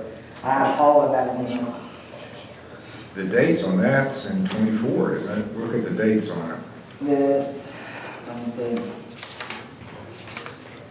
That, I didn't do this one, no. But I think it has your name on it, doesn't it? This is something, I guess she said she did, I didn't do this. Okay. Yeah. But do you think you filled out something to go to the post office to transfer? I did it online, yeah. When did you do that? Like maybe 6-7 months after. After this incident happened? Correct, yeah. Okay. And they kept getting switched back, that's what I didn't understand. They kept getting switched back, and I have multiple reports of me doing the informed delivery, like changing that. Okay. All right, that's all the questions I have. Anybody have any questions based on what I've asked? No, Your Honor. No, Your Honor. All right, you can step down, Anthony. Your Honor, no further witnesses, defense rests. Gil, any rebuttal? No, Your Honor. Okay, I'm going to take this under advisement. I'll issue a decision. Okay. All right. Okay, we got one more. Good job up there. Ohio versus James McClaskey. Oh, Case yeah. number TRC 19975. Yeah, you have to hang out.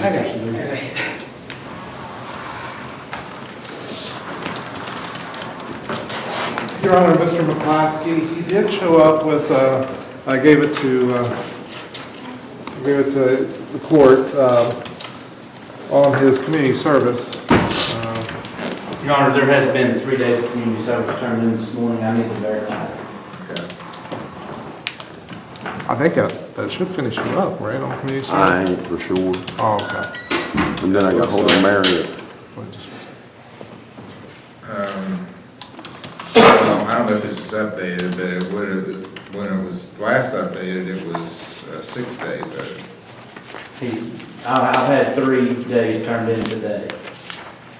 And then I'm still showing that there's fines and costs due. Is that correct? Yes, sir. Yeah. My wife's waiting on a settlement. When she gets in, I'm hoping to pay it off and hopefully get this behind me. What about, are you still going to amended reads?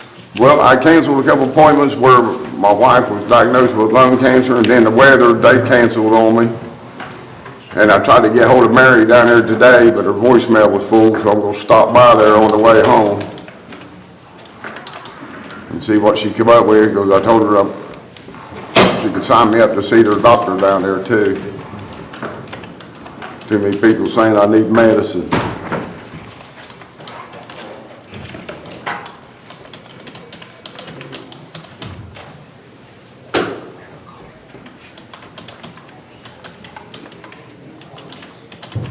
But if I had more community service to do, Yeah. I don't do the food bank down there, but they told me I could come down there and volunteer. Okay, when was the last, so this is set for a failure to appear. When was it he was supposed to be here? Was that back in December? No, Your Honor. This was last week. Yeah, last Friday. Last Friday. And I had the flu. Okay, I need a new report from amended reads. Okay. And he still has fines and costs, and the community service needs to be evaluated. He's turned some in. I'll set it for March the 13th as his next hearing. Is that a sentencing, Your Honor? It'll be a sentencing. 10 o'clock. And Your Honor, I talked to them down there at that food bank there by the sheriff's station, and I'm gonna help them out every now and then. I'm gonna volunteer, and they said I could turn that in as my community service too. Okay, just check with Mr. Cooper to make sure, or Mr. Major, check, make sure they're agreeable to you. I think they have used them before. Yeah. All right, you're good to go. All right, court's adjourned. Your Honor, I'll take some minute reads and let them know that you need a new report. Okay, thank you.